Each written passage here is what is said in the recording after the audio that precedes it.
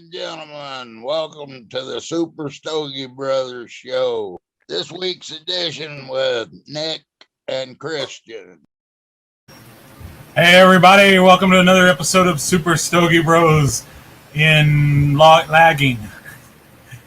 I'm Nick. I'm Christian. And I'm Nick. We're having some technical difficulties. Yeah, we just started StreamYard this week, so the new platform we're going to use for the show, and it's worked great. We've used it on Zooms and stuff like that all week long. It's been fantastic. We get here today and lagging really bad. It's kicking people off in random times. So, fuck it. What can you do? We're just going to roll with it, figure out what's going on, and hopefully get better with time. So, Christian, what's up? What's good? Man, I'm just stressing about this cigar lounge. Anybody out there wanting to start a cigar lounge, don't do it. Don't do it. Don't do it in live. I guess just getting it started is a lot of stress. Other than that, I guess it's gonna die down and it'll be a lot more enjoyable. But getting it started is kind of going. So, and I'm super laggy, so I don't know what's going on. If I don't know, this is gonna piss me off the whole show. Well, you're just gonna have to be pissed off the whole show because I'm lagging really bad too. From what I hear and what they're throwing me off, but oh well, screw it. What can you do? Yeah. So what's new this week? What's up with the lounge? Tell us about it. So we're finishing up the humidor, getting the walk-in humidor set up, getting painted this weekend. Hopefully, the beginning of next week, we'll get the furniture and all the inventory into the lounge. And Thursday, when you roll in, hopefully we're doing finishing touches and getting ready to do a soft opening, maybe Friday, and then doing Saturday being the grand opening. Cool. So for me this week, nothing. Last week, really, nothing much new. Just chilled, did some stuff, hung out with the family. Had a really good herf last Thursday night for Super Stogie Bros and Pulse 2 Life. It was badass. So Justina did her first podcast last week with the smoking section. So if you guys haven't checked that out, it's on YouTube under the smoking section. It's on Facebook and it's on Instagram. So Sean Monroe had her on. It was a really good show, so please go check that out. Support. As you can see right here, we've got our Ashhole, Alabama patches and stickers in. So we are starting to prospect for that. So if you live in the state of Alabama and you're interested in becoming an Ashhole Cigar Club member of the Alabama chapter, please hit us up. We're on Instagram, so hit us up. Direct message us. Get that rolling. But that's about it for me. You want to talk about our guests this week? Yeah, this week we're going to be talking to Hargis from Fatman Cigar Club. A lot of y'all, if y'all don't know Fatman Cigar Club, they probably have one of the largest followers out of the cigar club community. I think what he's doing as far as like a club on Instagram is it's crazy. He's got a huge following, and basically everything that we want to become in the club setting. So we definitely wanted to bring him on here and talk about how he got to where he is, why he's doing what he does, and poke and prod at him. Yep. First of all, before we get started, let's give a shout out to everybody that's watching tonight. I see a lot of people. We got the super sexy, infamous Instagrammer Cigar Wayne on there tonight. We got a bunch of our peeps from the Smoke and Dram Society. So what's up, guys? Ain't stripping. Mop. Legion Concepts is on there. So he's one of our sponsors. Great stuff. What are you doing again?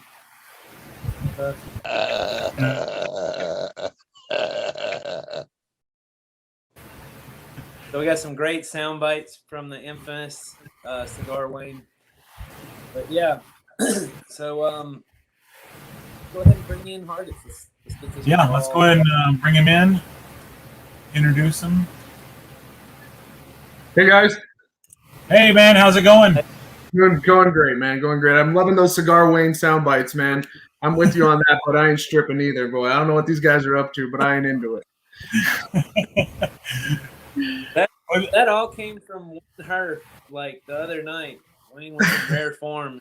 Christian started recording it. We got some pretty badass sound bites. That's Did we awesome. play the song? No, we didn't play the song. We'll play that Go towards ahead the and end. play the song. Oh, you want me to play the song? Okay. We'll play it, yeah. The song. I hear the train coming. It's rolling in the bend. I don't know what the hell's going on, but the Super Stogie Brothers with Nick and Christian.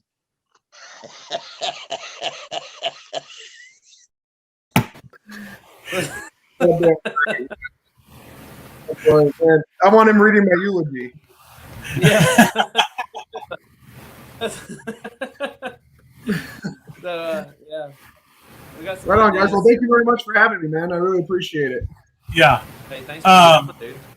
So give everybody kind of a rundown on, what Fatman Cigar Club is and kind of what you do. Yeah, so we're Fatman Cigar Club. We're based out of Los Alamos, New Mexico. We're an actual physical club. Do we have a physical storefront, brick and mortar? We do not. We meet up in my backyard is actually where our meetup place is. And we have about 32 actual members here. We meet up every Tuesday, and we are an actual organized club. What does our club revolve around? Well, it started with cigars. We incorporated drums. But really what it turned out to be was just a midweek unwind for anybody to come, really just sit down and shoot the shit. It doesn't matter what walk of life you come from. It doesn't matter what your experience is with cigars. It doesn't matter if you even smoke cigars. We have quite a few guys that don't even smoke. But it's just about, the community around sitting down and smoking a cigar. It brings out, sides of people that you wouldn't see when you're at work. And it connects you with people that you wouldn't reach out to otherwise. We have people from the cart boy at Smith's to physicists to whoever it is. It doesn't matter, but we all come down, sit down, and we have one common vice. And that common vice is either cigars, whiskey or scotch, rums, or hell, we like to talk shit. That's also a common vice. It's pretty throughout with our group. That's pretty awesome. Yeah. So we've been. What are we Go smoking for it. tonight? We're gonna go with the Blackbird, guys. So we've been true followers of Blackbird for a long time. They're outstanding sticks. We got introduced to them through Privada Cigar Club, and we became lovers of them. They're in our everyday rotation. We will be smoking the Corona. I think Nick, you have the Robusto, and Christian, what are you smoking? I got the Robusto Rook. Very good. Yeah. I just wanted to throw a wrench in the plan. Very nice. Yeah. No, it all works out great. No, they're absolutely outstanding cigars. We've been huge fans of them for a while, and we haven't had a blend that's let us They down got a yet. good variety, I think, and their sample pack they got a 6 sample pack that's just, if you don't know what kind of flavor you like, or you want to try out all their facings, their 6 sample pack of Robustos is awesome. It's fairly inexpensive it's inexpensive when it comes to 6 packs, and you get the variety of all of their bands to try out, and it's just a great deal. It is. Yeah. And I've smoked all of the ones out of their 6-pack, and every single cigar they have in there is phenomenal. Like it's absolutely fantastic. The Cuco is probably my favorite, so that's why I grabbed it tonight. But we have a plethora of Blackbird cigars in our humidor. Justina smoked them too. We both got a 5-pack or the 6-pack sampler. She loved them and then went out and went Blackbird crazy and bought the shit out of. Like we got like I think 10 of everything they offer now. So it was really And fun. one thing that Blackbird does that a lot of small boutique cigar companies are not doing, from the social media aspect, is they really engage well with everybody.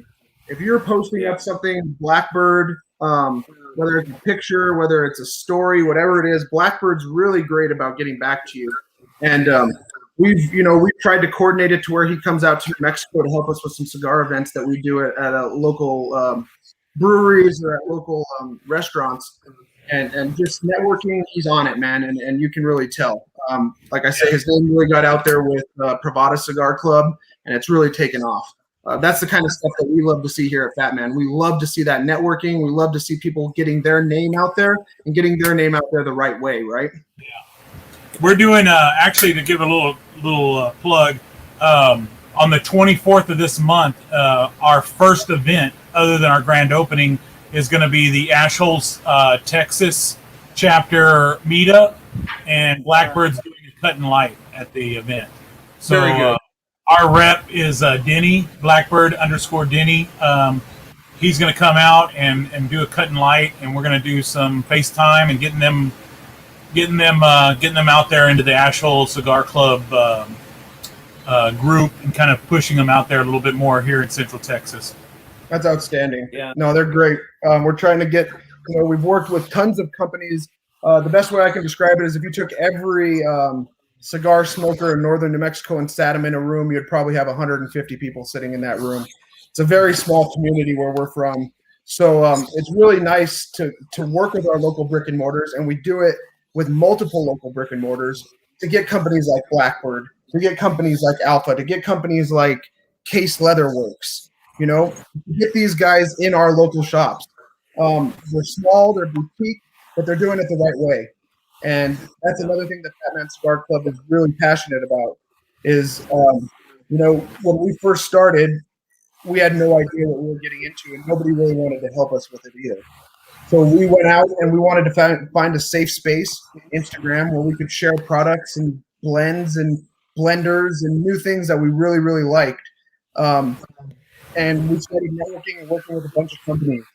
And with that, these companies that we highlight, not only are they tried and true by us, but we give a fair, honest review of them, and we use them in our everyday arsenal. I'm not lighting a cigar unless it's with a Bugatti. I'm not cutting unless it's with, Calibri. And the Calibri case is always going to be, of course, the Fatman Cigar Club case by Case Leather Works. So, these are all companies that are just outstanding companies. I'm even to our drum glasses.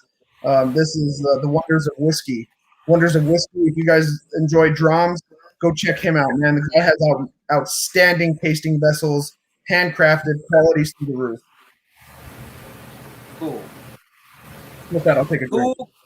Cool. So, back to Blackbird. Christian, you're carrying Blackbird in your shop, aren't you? Do what? You're going to carry Blackbird in your shop, aren't you? Yeah, we'll have all facings of Blackbird. And I'm actually going to throw out Elion. We have some 6-packs. We'll do 45 plus shipping. They just got to DM Elion if they want a 6-pack.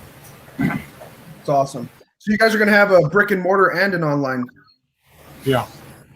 That's awesome, man. I think one thing that's came out of the pandemic, especially in the cigar community, besides meeting up on HERFs and really reaching out to people that, we wouldn't have known otherwise, is a lot of these brick and mortars that were mom and pop shops in small states, or small communities of cigar smokers were forced to go online. That's the only way they can stay afloat. I know there's a couple of lounges that we frequent that went online for the first time, and it's been phenomenal for them. So I think that's a good thing. Speaking of Pravada Club, that's what I really like about the LCA program that they put together. It's really tuned towards getting people to go back to those brick and mortars and start going and finding these rare releases that they're putting out, and helping the brick and mortar from going under because of online sales is just going crazy. It's 100%. 100%. We've worked We've worked with Pravada. We've gotten them into, lounges. We got them into our local lounge in Santa Fe, New Mexico, about 45 minutes away, and we consider that our home base. All right, Fatman Cigar Club's based out of there at Stag's Tobacconist, and we got them into the LCA program. At first, they were kind of like, whatever, Hargis, LCA, that's kind of crazy. They can't keep cigars on the shelves. No, and it's meant to do that. They're meant to put them out in low batches so that you sell out, and it causes people to come back to your shop. I love Pravada for that, to really look out to the community and try to help those brick and mortars.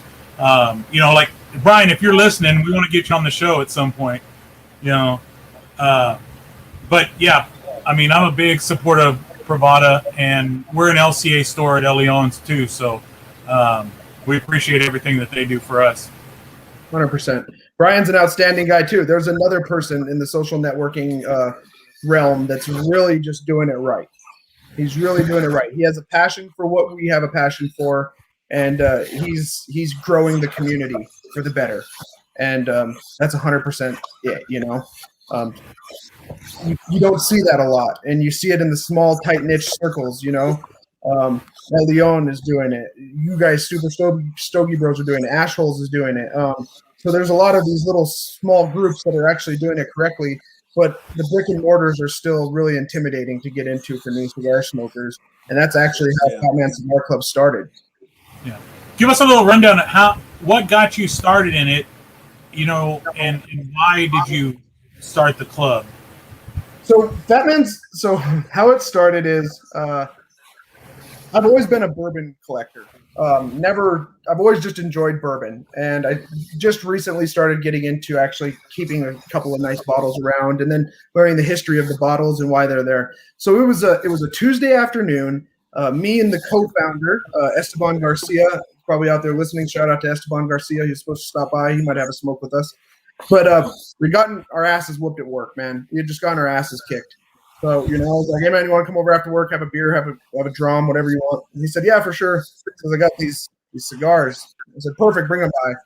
I had smoked one cigar before this in my life. We sat down and smoked them. I have no idea what they were. If I tried to remember, I think it was like a Cuba or something. And it was absolutely horrible. It was the worst experience ever, right? It was just like, God, this is just disgusting, man. I don't know what this is about. But at the same time, I knew there was a culture around it, right?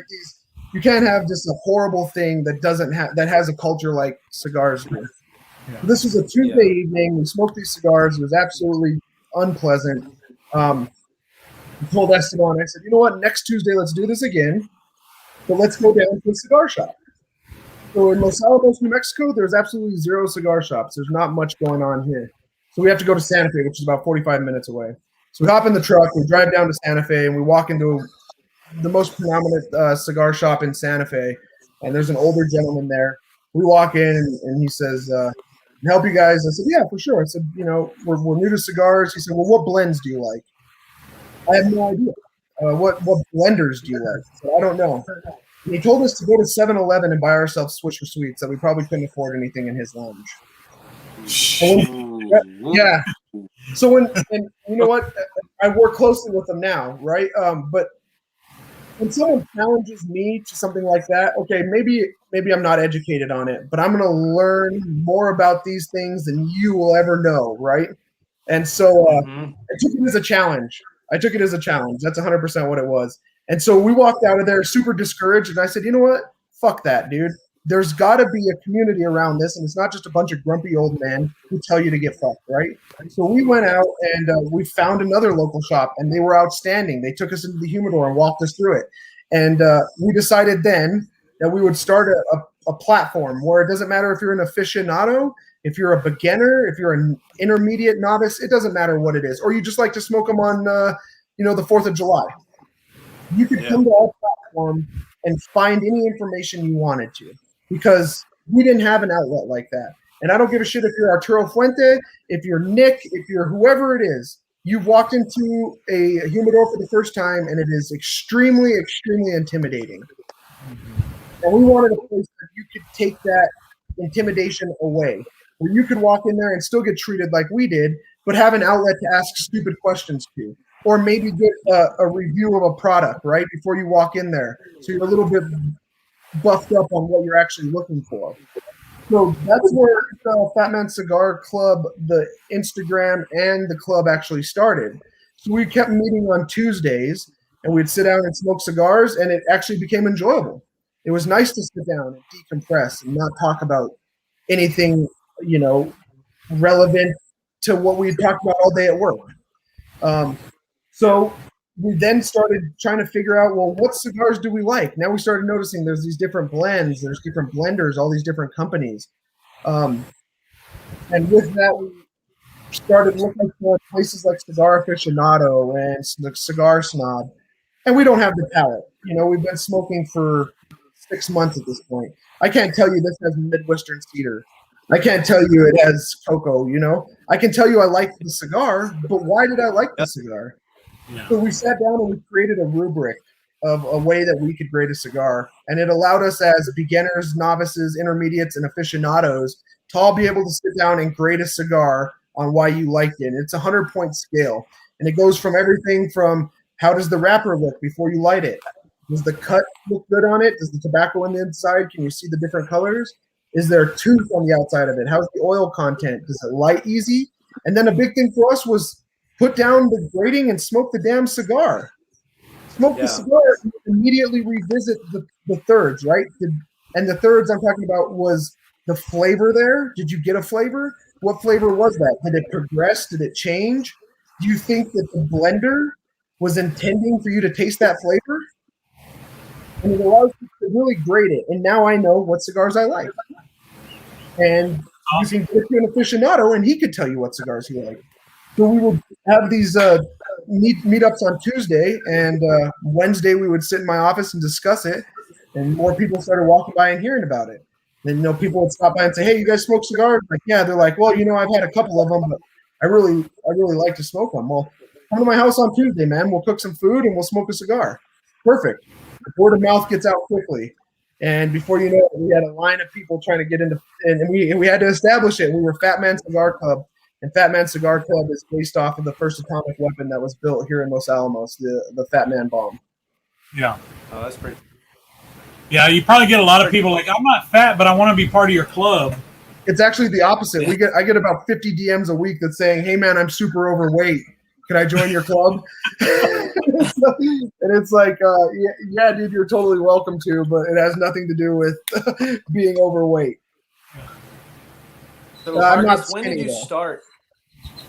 When did you start Fatman Cigar Club? We're in about our second year, probably going on to our about 2.5 years ago. We started it. COVID has really hindered us, but yeah, about 2.5 years ago. So when did you start the Instagram page? About that time. So in 2.5 years, you have 28,000 followers. Yeah, I think we have 21,000 right now, 21.8. But yeah.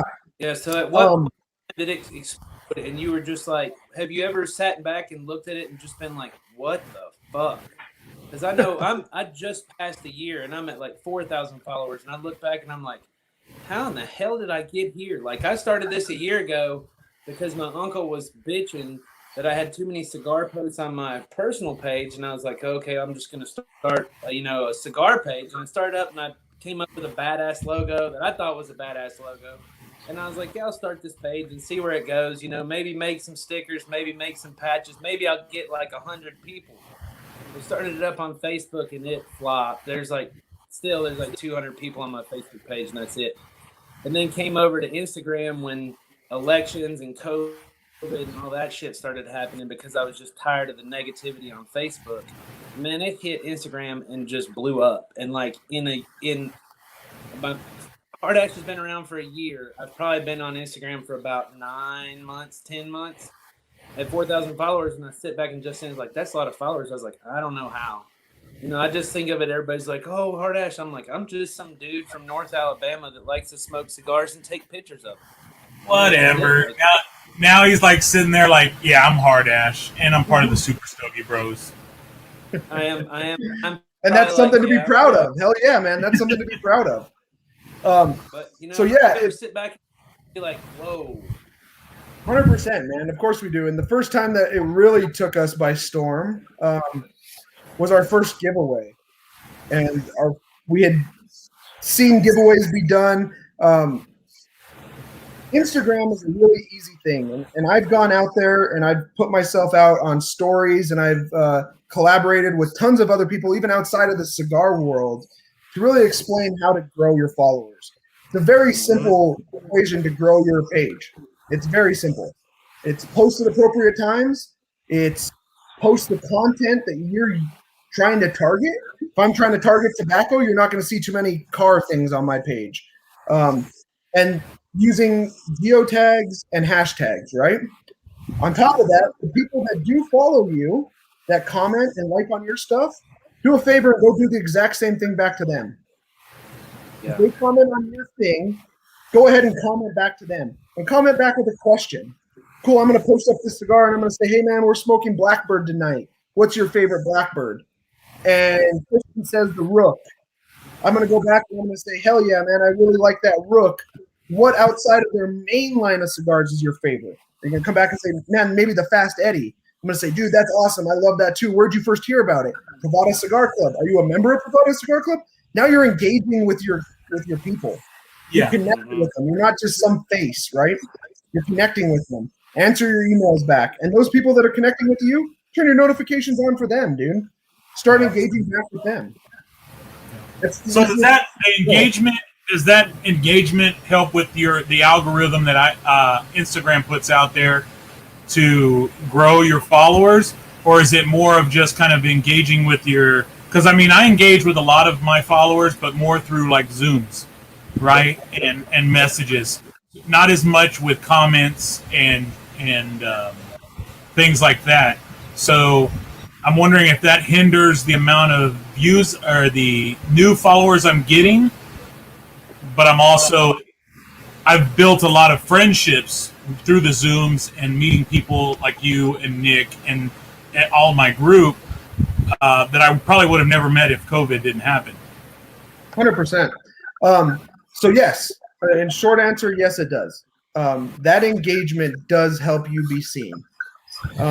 You engaging, getting more likes, and Instagram's algorithm is a funny thing. It's constantly changing up, right? But there's still one thing, and right now, if you guys go to my feed right now, I am actually absolutely being censored to the max from Instagram right now. We got reported a couple of times. If you guys have any problem with anyone's page, don't report them. Dude, just go to them and tell them what's up, you know? But we're absolutely being censored right now.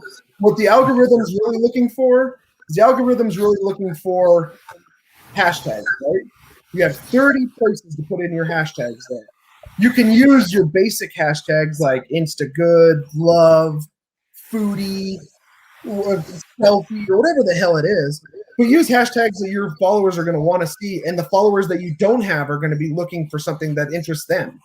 For us, it's cigars, it's luxury lifestyle, it's gentleman-like, right? It's these things.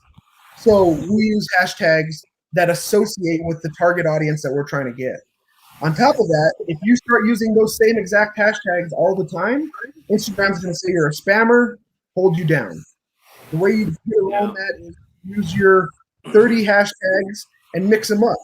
If you have 3 pictures you plan on posting, one at 10 o'clock, one at noon, one at 2 o'clock, put a different set of hashtags that all relate to the same thing on those. The next day, use the one that you used at 10 o'clock again at 10 o'clock, use it at noon, and use it at 2. With that, timing is also, you can get on and see when your target audience is on. Find out what times they are and post at those times. Yeah. That's really going to be the easiest way to grow your following quickly. And word of mouth. Get out there. If someone tags you in it, start your own hashtag.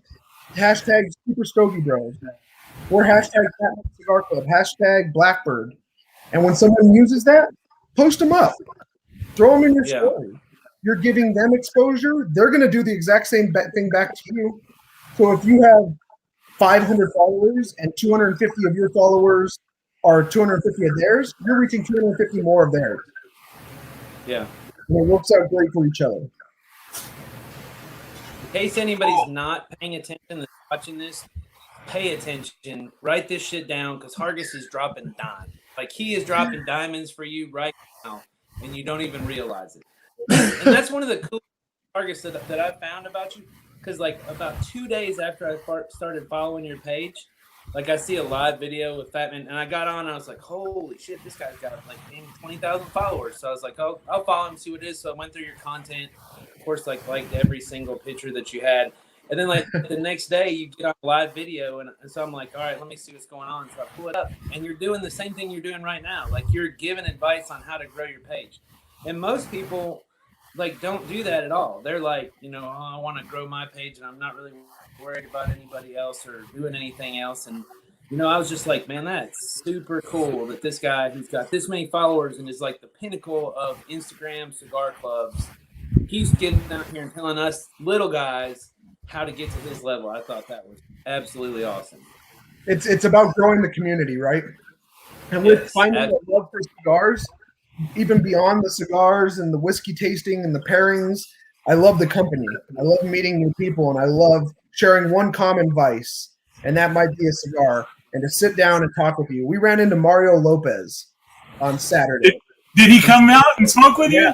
We ran into AC Slater, boy, I tell you. That's awesome. And if you go to our page, we had been giving him shout outs, and he was done filming his stuff, and we tracked him down. I said, hey, Mr. Lopez. I said, hey, you mind taking a picture with us real quick? He said, yeah, real quick.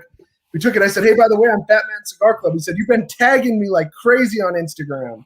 I said, damn right I have been, boy. Let's smoke a cigar together. And he says, well, if you bring me a nice Cuban. I said, you better have a damn nice bottle of your tequila for me if I'm bringing a cigar for you. And he chuckled it off and laughed. But yeah, we have Mario Lopez liking everything we can have, right? So we have a little care package of members only stuff, and you guys will be getting one as well of cutter cases and stuff like that we're going to take down to Mario Lopez and hand it to him and say, now you have no choice, bud. Let's sit down and smoke a cigar together. That's pretty awesome. And it doesn't matter who you are. You're Mario Lopez, B, A-list celebrity, whoever you are. I'm just some guy in Los Alamos, but we can sit down and talk over this. And you know what? When we're smoking this, I don't give a shit if you're a B-list celebrity, A-list celebrity. It doesn't matter to me.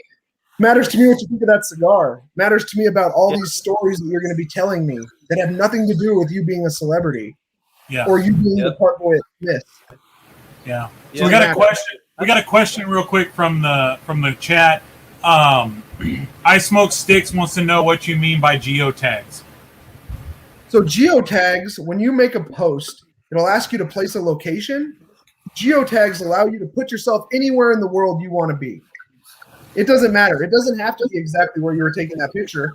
Let's say you look on your thing, on your insight on Instagram, and it says, hey, all right, you have 25% of your followers are from North America, 25% are from Europe, and 50% are from Asia.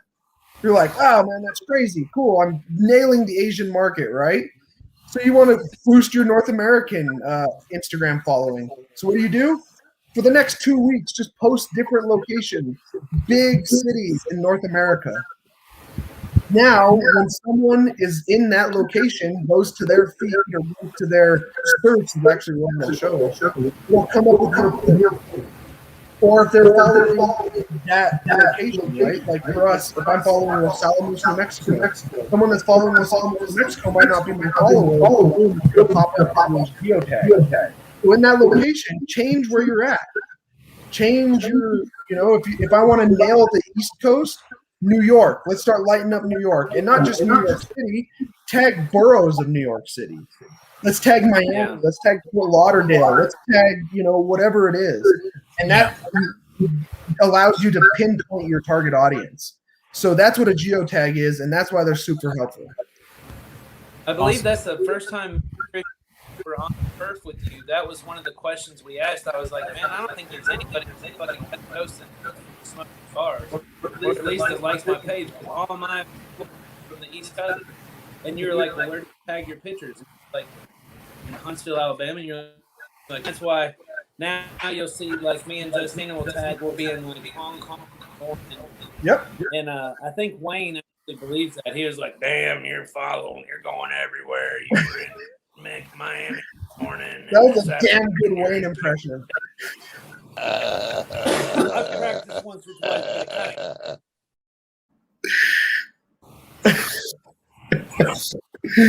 So yeah, I mean that's probably one of the easiest ways to really start targeting areas, right? And that helps out a bunch. There's it's really a simple thing, and you know what? We've been slandered and we've been hated on Instagram because I'm out here sharing this knowledge with you. The second anybody comes up to you and says, "Hey man, you're stealing my followers," send them my way. I'll let them know. That's not a thing, man. That's not a thing. Talking to the wrong motherfucker now.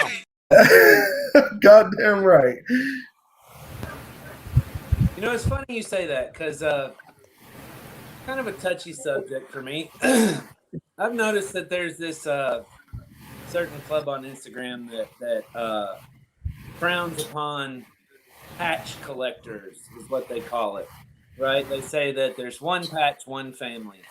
And I think that is the biggest crock of shit I've ever heard in my entire life. Like, who are you to limit people to only one club or one patch? Like, I want to go out and get as many patches as I can from all these people and get in every single club I can and meet all these people, not to promote my club, but just to make more friends and build the community. And I really, really, really fucking hate when people are like, "Oh, don't promote on my club page, or don't do this, or don't do that." Hey, if you want to promote on somebody's club page, take your ass over to Hard Ash Facebook page. You can post any fucking club you want to.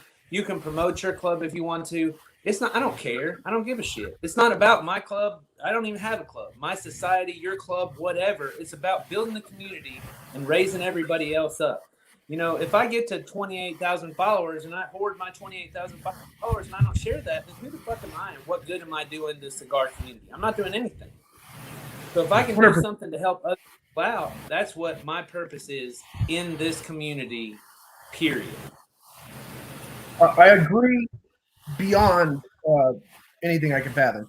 So our biggest hated on thing is we repost pictures, but all these pictures are people that have either tagged us or used hashtag Fatman Cigar Club. I'm not going out and sourcing these pictures, nor am I saying they are my picture. Right? So usually we'll ask for permission. Sometimes I'll be on the fly and I'll just post it. We've gotten so much hate from identical clubs or pages that say, "Man, that's so screwed that you do that, dude. That's so, do you even smoke cigars? Go to your page. You're doing the exact same thing, bud. Hey, that was my picture. Cool, you tagged me in it. It's a known thing. Yeah. That's what we do." Yep. You know? And some the people, first time you tagged on there, I was fucking ecstatic. I like ran into Justina and she hadn't even started smoking cigars yet. I was like, "Oh, look at this. Fatman Cigar Club tagged me on their page." She was like, "Who fucking cares?" And now she'll come out and be like, "Oh, look at this. So-and-so tagged me on their page." I'll just look at her and be like, "Who fucking cares?" That's right. Yeah, but I mean, place is gonna burn down. Back then I was just a regular, up and comer and just some dude from Meridianville, Alabama smoking cigars, and the pinnacle of cigar societies on Instagram reposted my shit on their page. Like, I was blown away. I thought that was awesome. And we don't have, I mean, our criteria is go to our feed and look at what we're doing, right? You see what we're doing? You want your picture posted? Use our hashtag. And you know what? We get, today I've probably gotten 290 people tag me. If I can't get to yours or I overlook it, DM my ass. I will always reply to a DM. It doesn't matter who you are. I will always reply to your DM. If you have a dumbass question that you think, "Man, I'm never going to ask a tobacconist this," ask me. Because you know what? Chances are 9 out of 10 times, I don't know the damn answer, but I'm going to find it for you. And I'm going to educate you and I'm going to educate me. And we're both going to be better for it. Well, so for speaking for that, we got a question from the from YouTube from David Mohammed. "Hey, Fatman Cigar Dude, how do I geotag your mustache?" It's actually worldwide. It's actually worldwide, David Muhammad. And if you look in your bedroom, you might find it on your wife's side of the bed.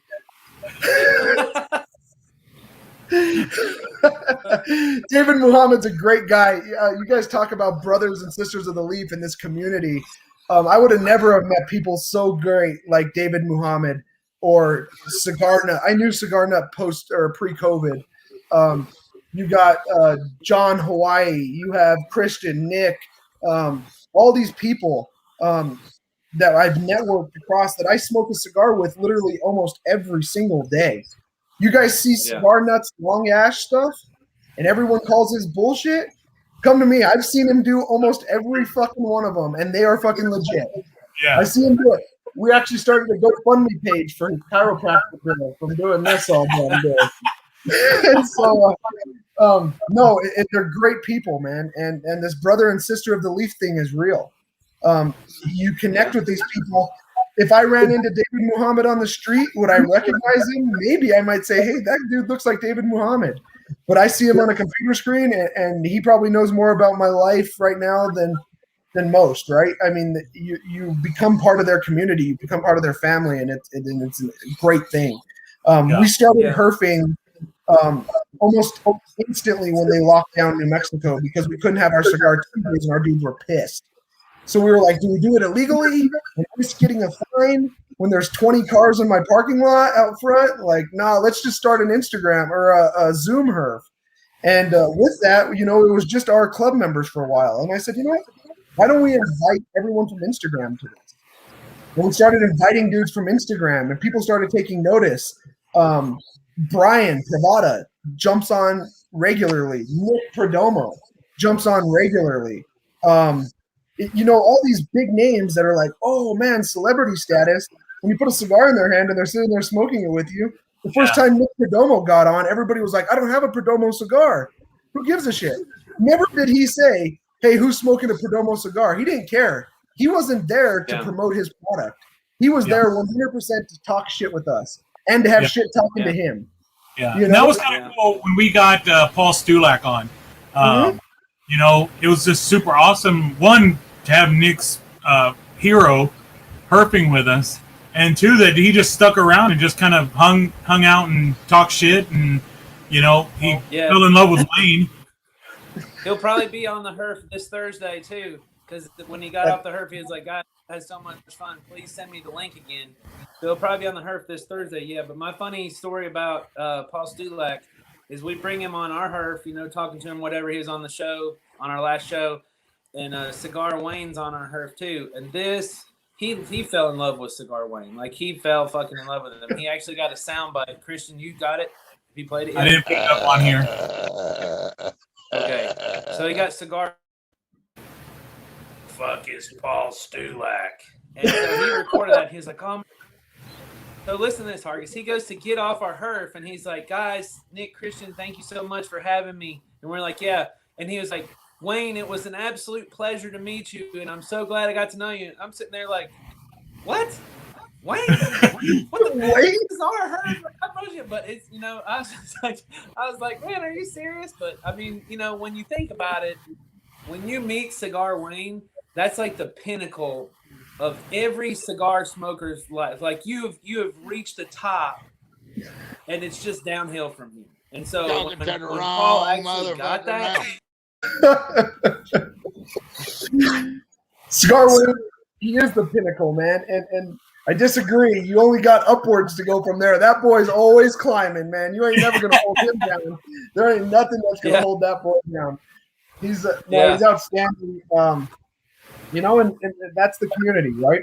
Our club now, what are the requirements to join our clubs? Another thing I totally disagree with is proving that you're a cigar smoker.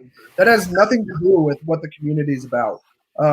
We have people contact us all the time that are like, hey, we'd love for you to be in our club, but in order to be in our club, show us your band collection and show us the notes you've taken, and we'll give you a true and false quiz.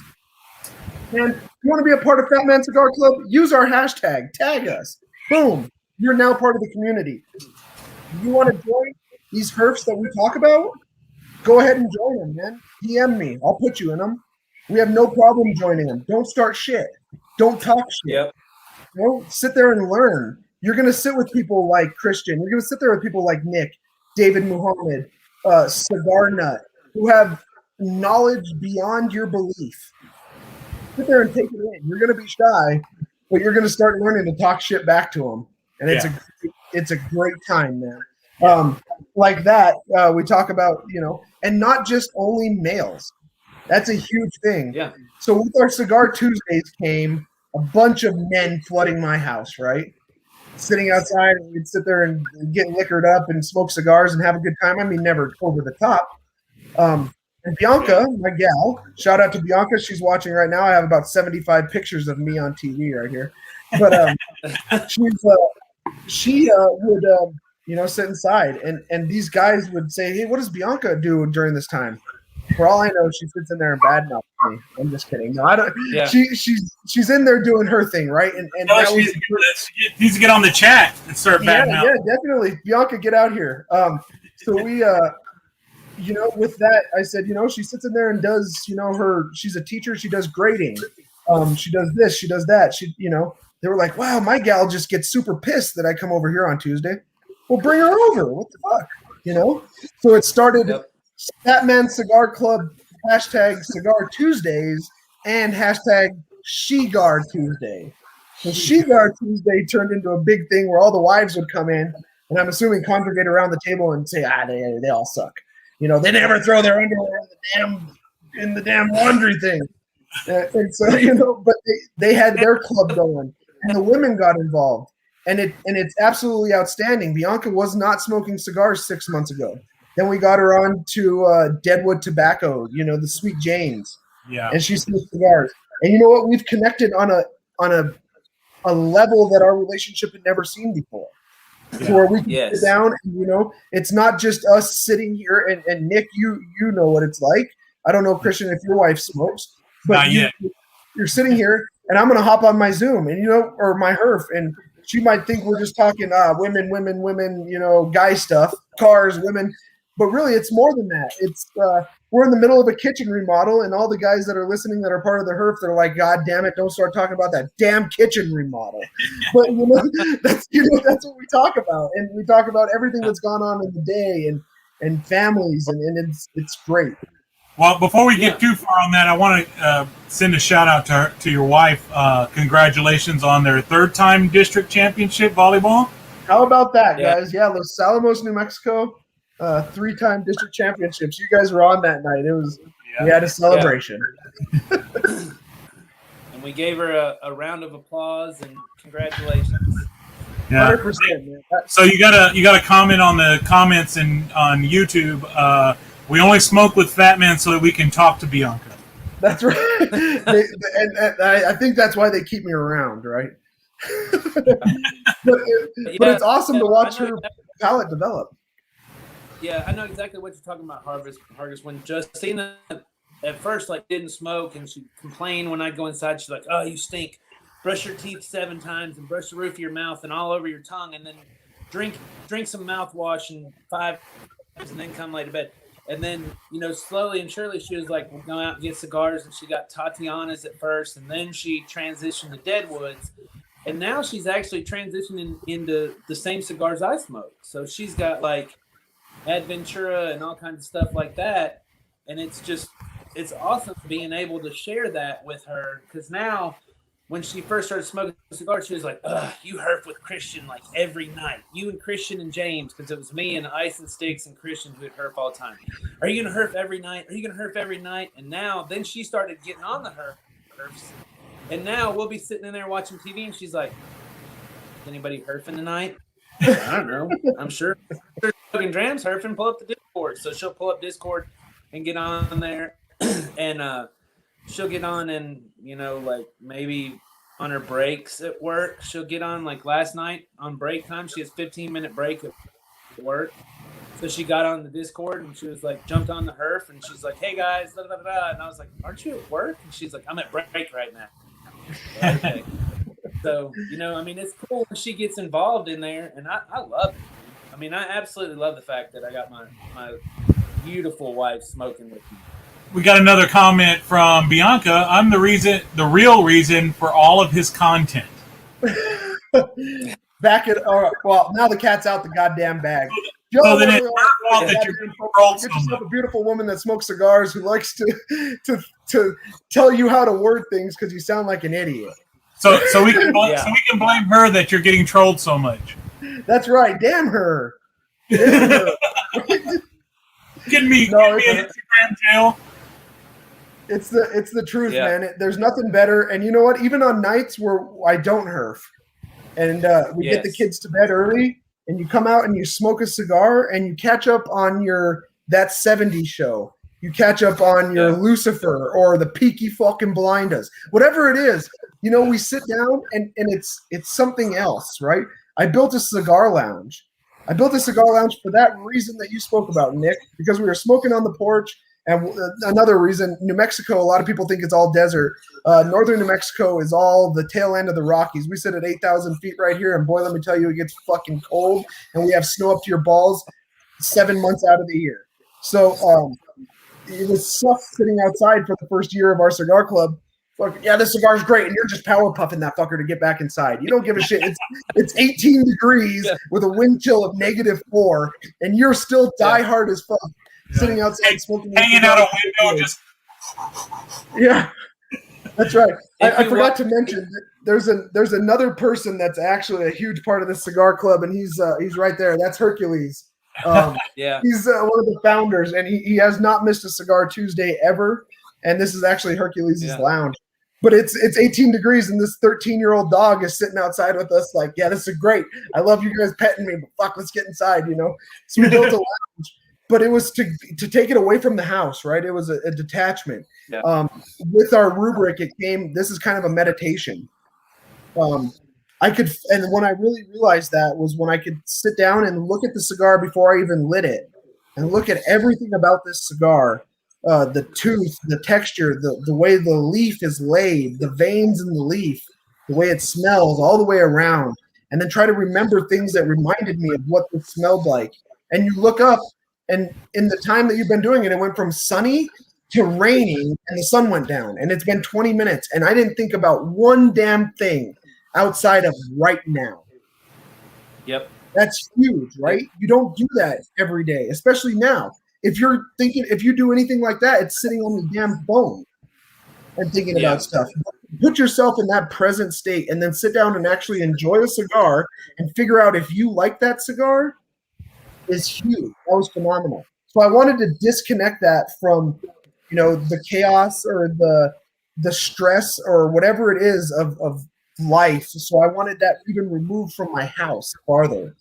So build a lounge, and this is where I spend, evenings and doing our stuff.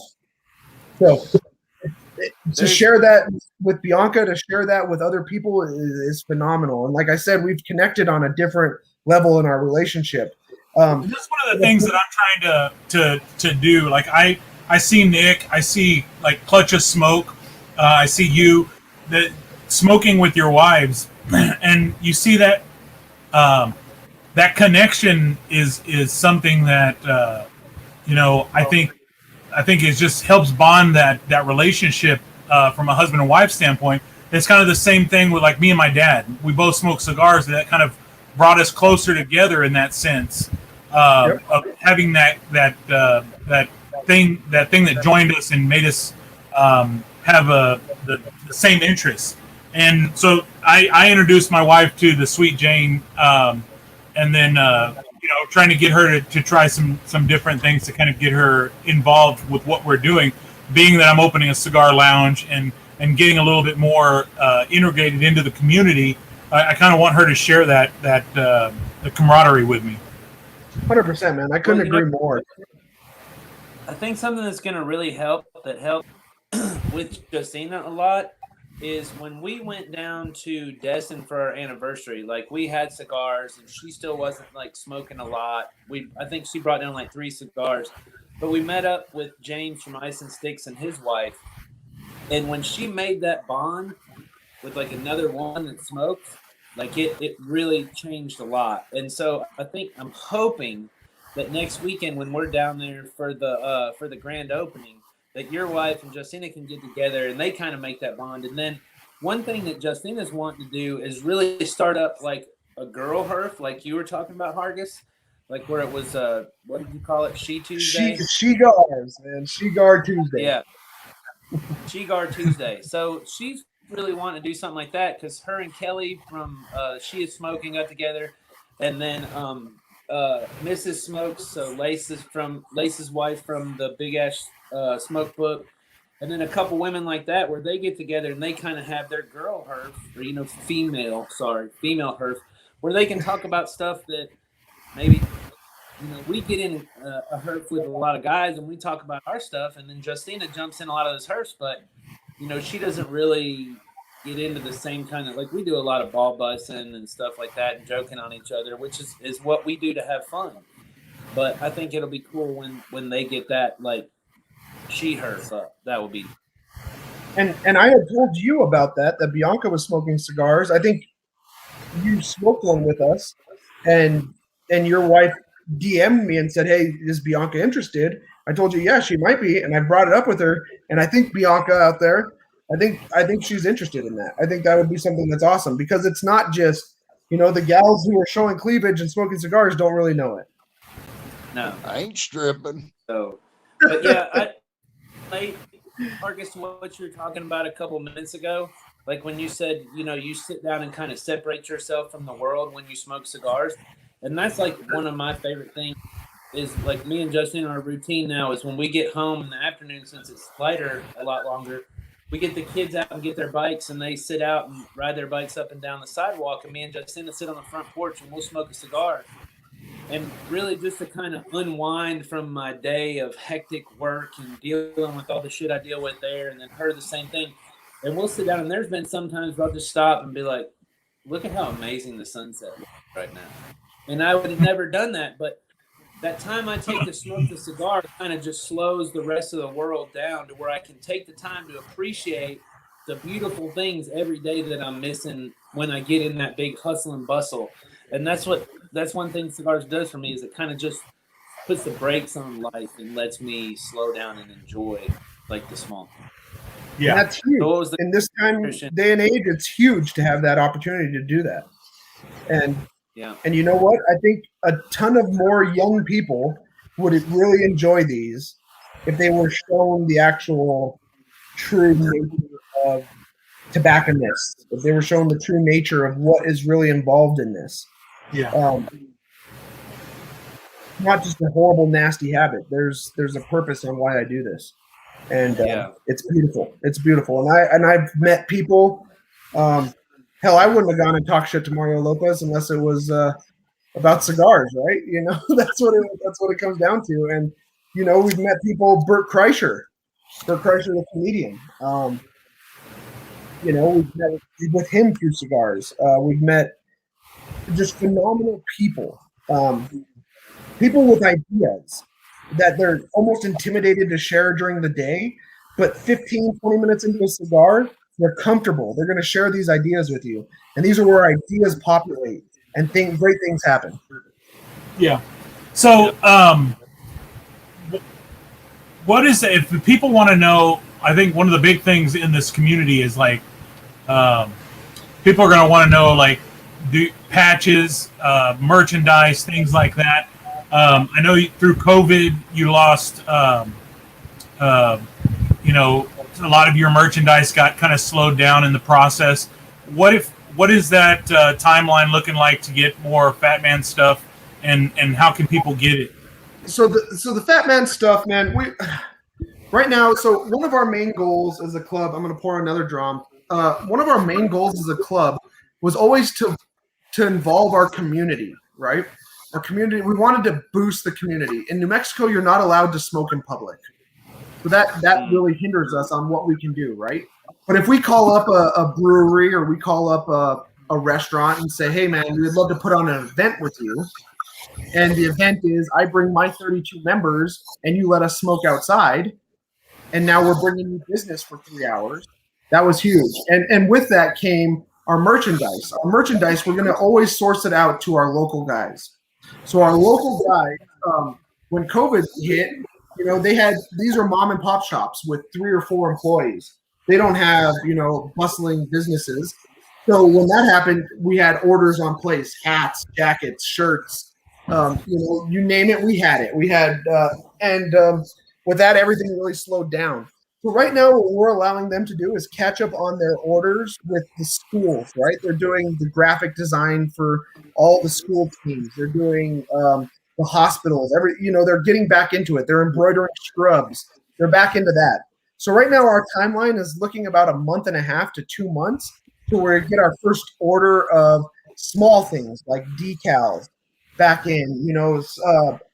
The cases right now, if you guys are looking for an awesome Fat Man Cigar Club swag, if you guys head over to Case Leatherworks and go to their cases, this is a custom designed case by me and the guy at Case Leatherworks. It has our beautiful logo on it, stamped with the Zia symbol. If you guys know what that is the state emblem for New Mexico. And, it was working with these small companies. So as stuff comes out, we will post it to our page and we'll let it know that it's out there. It's going to be in limited quantities, and we're not going to be charging an arm and leg. We're not trying to make money off of this. But if you want some of our swag, let us know. Shoot us a DM. I'll save some for you. You guys want a New Era 5950 hat?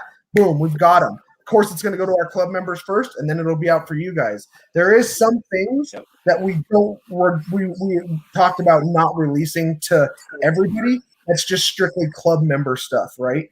So it will be coming out. That's the common, the Speedo.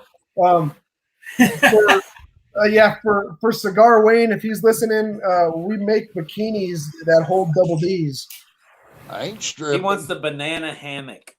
That's what he wants. Talking to the wrong motherfucker now. Pick the wrong one. So it'll slowly but surely be trickling out. A lot of our stuff goes into giveaways. That's another huge way that we grew our following. We started working really closely with companies that here in New Mexico, it's really dry and arid. Cigar storage is a huge thing for us. The first really big company we got with was New Air. And if you guys don't know who New Air humidors are, jump on it right now. Go take a look. They are phenomenal. If you're storing your cigars in a desktop humidor and you want to upgrade, go check them out. We got with them, and let's give a promo code to Fatman Cigar Club so you guys can buy cigars or humidors. That's great. Let's do that. But on top of that, let's give away one. Let's let one of our followers have a chance to win this. And we had tried and true. I've bought all my New Airs. None of them mine are sitting there for free. So the ones we get for free are given away, and we're going to send them out to you guys. We'll always let you know when swag's coming out, but a lot of our swag, members only stuff especially, will be given away in giveaways. So we got a question. Rick Ivory says, "What are you drinking, Fat Man?" We had to crack a new bottle of some Eagle Rare. Just your normal Eagle Rare. My camera's backwards, so I think I'm going this way, but it's this way. It's just some Eagle Rare, man. And in New Mexico, Eagle Rare is super common. You can come by it pretty regularly. So it's my dram of choice. I have a beautiful whiskey collection, but on a special occasion, I'm going to drink some Eagle Rare because it's one of my favorites. So, Hargis, would you consider that like a War Eagle Rare? A War Eagle Rare? From Auburn? I'm seeing where you're going with that. Hey, we're Aggies here in New Mexico State. Rick's a huge Alabama fan, and I fucking hate the Crimson Tide, so that was a big fat War Eagle for him. I hear you. No, it's and really, if you guys are looking for the swag, or if you're looking for a bottle of Eagle Rare, shoot us a DM, man. We'll track one down for you, and we'll get it shipped out to you. Yeah. So, Hargis, tell us. Let's get into some funny stories. You said that you're getting with Mario Lopez, and you couldn't wait to share some stories with him. So, my favorite Fat Man Cigar Hargis story is the Chick-fil-A story. So let's hear the Chick-fil-A story. Chick-fil-A, man. So Chick-fil-A, I'm sure just like a majority of the people listening and watching, you guys have probably never been to New Mexico. I had never been to anywhere that had a Chick-fil-A. So I'd never had Chick-fil-A I've heard all this Chick-fil-A bustle. Everyone leaves and comes back, and they're like, "Oh man, my vacation was great. You know, we went down to San Diego, and I had Chick-fil-A. Like that was the highlight of your vacation, huh? Was the Chick-fil-A." So I had an opportunity to attend Fab Tech in Atlanta, Georgia. I'd never been to the South ever in my life, so I was in culture shock. I couldn't believe how absolutely nice everybody is. But with that, we had to go to the first original Chick-fil-A. So we pulled it up on the phone, and it's a mission for me and Esteban Garcia, actually, the guy who helped start Fat Man. We haul ass over to Chick-fil-A, man. He had it. I'd never had it. We walk into Chick-fil-A, and this is like the goddamn, cathedral of chicken, if anyone's asking, We walk in, there's a gal there, and my eyes are huge. So what can I get you? Man, I've never had Chick-fil-A. She said, "You ain't never had Chick-fil-A, boy?" I said, "Never had Chick-fil-A." He goes, "Oh, man." And she turns around to the back and yells to the guys in the back. She said, "This boy ain't never had no Chick-fil-A." And they erupted. They just went crazy, right? And she says, she says, "Well, where are you from?" I said, "New Mexico." She says, "Oh, I've always wanted to visit Cancun." I said, "No, New Mexico. It's a state." And she says, "New Mexico." And this guy from the back yells, "The other side of Texas, stupid." And it was just like, you can't laugh at her because now she's placing your order, right? And I'm like, yeah, it's the other side of Texas. Needless to say, I had never had collard greens. I had never had Chick-fil-A. It was the best Chick-fil-A experience. They thought we were just absolutely great. They came and talked to us about everything. And, "Oh, I've always wanted to visit Cancun," she said. I said, "I heard Cancun's beautiful. I've never been, but, New Mexico's a little ways away from there." So, Chick-fil-A Awesome. Yeah, Chick-fil-A is now in New Mexico, and we eat it quite regularly. But it'll be forever in my mind as other side of Texas, stupid. So what did you think of in collard greens? Collard greens are outstanding, man. I'm going to say one thing. New Mexico is known for its chili. I don't know if you guys know that. New Mexico is green chili. We're not just blue crystal meth like on Breaking Bad. We also have really good green chili. So we love it, right? So that's our staple thing, and I can see why the South has their staple of collard greens, and that's solid. We went and had a Frito pie, which is also a New Mexico cuisine. It's Frito with red chili. We had one of those in Atlanta. I would highly suggest you never get a Frito pie in anywhere else besides New Mexico because it is completely different there. Oh, we lost Nick. Yeah. Hey, goddamn, that place is gonna burn down. I love. Well, I hope you don't run out of recording tape. I told, on the complete opposite spectrum, I told Cigar Wayne I was from Los Alamos. He knew exactly where the hell I was in New Mexico. I drove down through there a couple of times. He told me, like, damn right, man. That's great, yeah. He's been everywhere, I tell you what. As we said earlier, I don't know what the hell just happened, but I got booted off. So we got to work through the kinks. But yeah, Cigar Wayne does. Like I said, he's like, "Nick, where are you from in Alabama?" And I was like, Huntsville. He's like, "Oh, I've been through there. I came down 65 and I went past Space and Rocket Center." And I was like, "Yeah, they're fucking right by my house. It's like 10 miles away from where I live." That dude's been everywhere. Yeah, the ongoing joke on some of our herfs and some of our clubs is like, some of the guys are his sons. He's all like, "How old are you? You might be my boy." Yeah. No shit. Wayne was a Rolling Stone.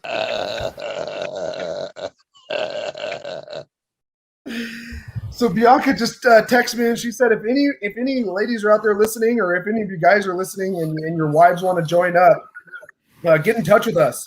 Get in touch with Hardash.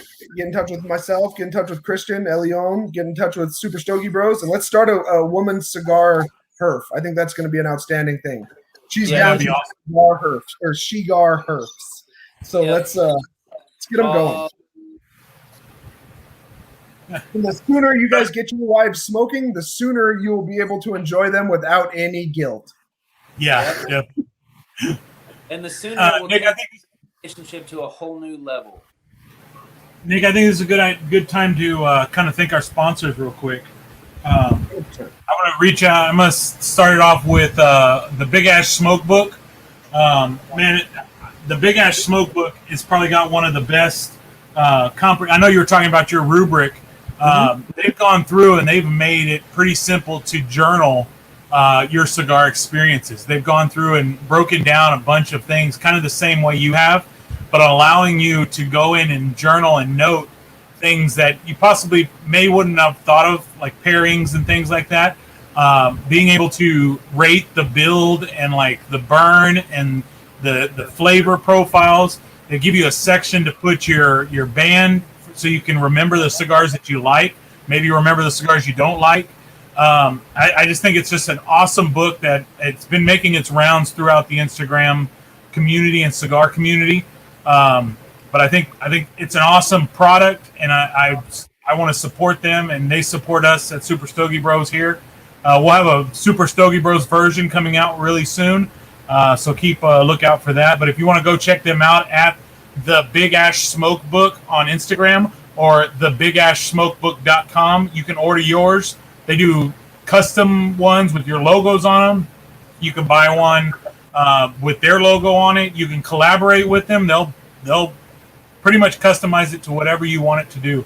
But reach out to Lace over there at the Big Ash Smoke Book. And so our second sponsor, I'm going to go with the Skyview Creations. So find them at Ham's Creations 356, and they do all of our. Like she did this one, look on it. And you can see stuff like the American flag. This is probably it also, what's really badass about this is when I turn off my lights, my logo, the Cigar Society and the Knuckles glows in the dark. So that's badass. But she does basically anything, and it's like a Yeti style cup, but she can do any logos you want, anything like that. They're reasonably priced, and she can personalize it however you want it. So we will be getting Super Stogie Bros cups. They're being finished up right now. We will have those on the show hopefully the next time we do this. And then you can get on, and if you wanted to order hard ash cups, she does those. She actually does a cigar cup that actually looks like a cigar. It's pretty badass. It's got, you can put like if you wanted a Fatman Cigar Club cup, Hargis, she could do it like the cigar with a band on it, and then your logo on the band. So it's pretty bad. I like that. Yeah, they're pretty awesome. That is awesome. Then our next sponsor is Legion Concepts. Man, if you're not following Legion Concepts, I don't know what you're doing. They do those awesome cigar stands. They're made of stone. They're skulls. They're pretty awesome. They also have cigars that they're putting out. They have a Lancero, and they just are taking pre-orders on the Magnus, which is an awesome cigar. They put a teaspoon of pipe tobacco in there. That's vanilla custard, and so when you take that cold draw, it is amazing. Like I literally wish all my cigars had a cold draw like that. It just, you taste that vanilla custard, and it's got that aromatic of pipe tobacco when you smoke it. That is just amazing. It's just awesome. They also have a lot of other things that they're putting out. You should go check them out at Legion Concepts on Instagram.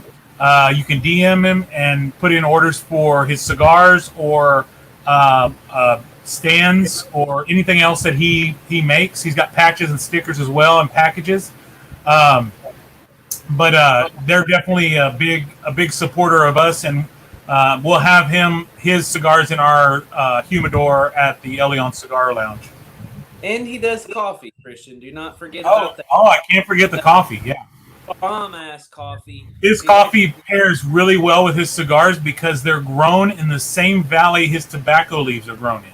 Wow. So they have very similar flavors and tastes, and they pair very well together. You should definitely check out his coffee. He's got 3 different blends that are super awesome, that kind of follow along with his cigar blends. Awesome. And I'm going to plug some of my guys right now as well. Hey, brother. So some companies that we work with, and you'll see them in every one of our posts, is Bugatti lighters, guys. If you guys are out looking for an awesome new lighter, lifetime lighter that's going to be in your collection, it's going to turn heads in any lounge that you're in, 100% I recommend you guys go check out Bugatti lighters. Bugatti lighters have an ingenious design of not having a storage tank for their butane, but instead having butane pods, if I can, which is outstanding. So everyone thinks, oh man, what do I do when my butane runs out? You have a couple of pods, you carry one with you. It's really obvious when your stuff's about to run out. These are a lifetime lighter. If you guys are into quality, if you guys are into ingenuity, go check out Bugatti lighters. I have them all over the place. I wouldn't light a cigar with anything else. They're absolutely gorgeous lighters, beautiful. They have interchangeable heads. Go check out Bugatti lighters if you're in the market for a new lighter. We also work really closely with Case Leather Works. Get over there, buy yourself a Fatman Cigar Club case for your cutter. If you want, reach out to him. Dude does phenomenal work. We're all about quality construction. These things are gorgeous. We'll customize it to whatever you want. Awesome. And of course, New Air. Get over to New Air if you guys are in the market for a new humidor. Check out our reviews. We have them on our Instagram lives or our Instagram TVs, I think is what it's called. Go check them out. We do in-depth reviews of them. All of our reviews are going to be honest, guys. We totally 100% trust them, and we only trust them with Boveda in our humidors to store our cigars properly. Use I think it's Fatman Cigar Club 10. I'm positive that's what it is. You guys go use Fatman Cigar Club 10 at checkout. When you guys check out at New Air, you'll get a nice discount. So let's plug Hargis. So if you're not following Fatman Cigar Club, you're like the only cigar smoker on Instagram that's not doing that. So get on board with everybody else and follow Fatman Cigar Club. Not just because of their amazing content, but because of their amazing people that run that club. Like, I mean, probably some of the coolest, most down-to-earth folks you will ever meet. Like you said, they have Herfs all the time. Hargis is always jumping on Herfs with us a lot, and I have thoroughly enjoyed becoming friends with you and calling you a friend of mine. So, I mean, I think that's awesome, and I think you're an awesome guy. I think Fatman Cigar Club's doing amazing things for this community, and you are the type of people we want in our circle because we're all about boosting the community. So, I love it, man. Thank you guys very much, man. I appreciate it.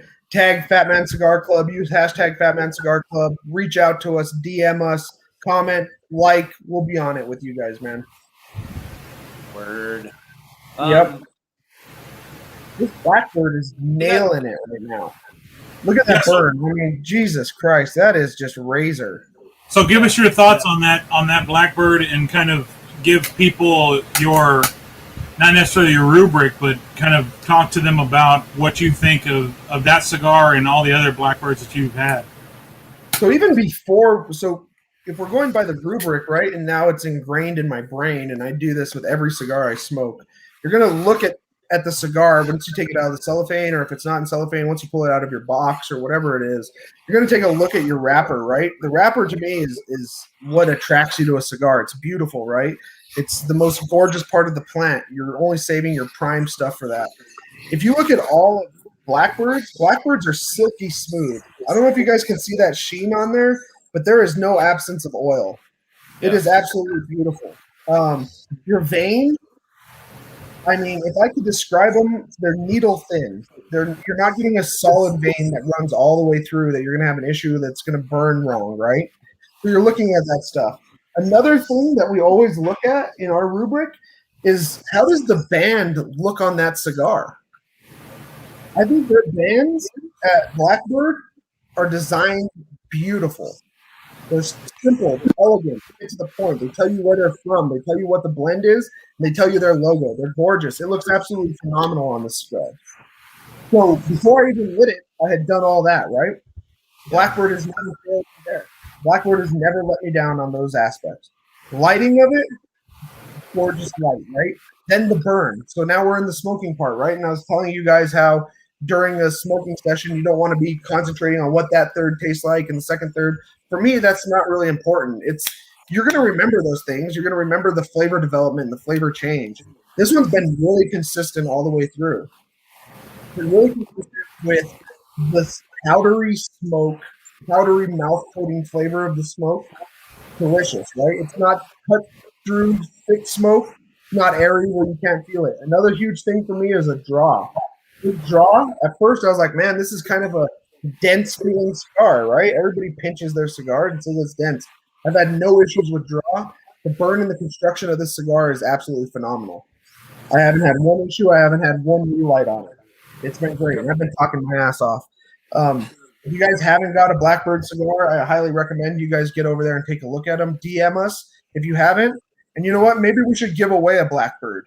Let's give away the cigar that we're smoking right now. We'll give away one that Nick's smoking. What's a good question for everyone out there?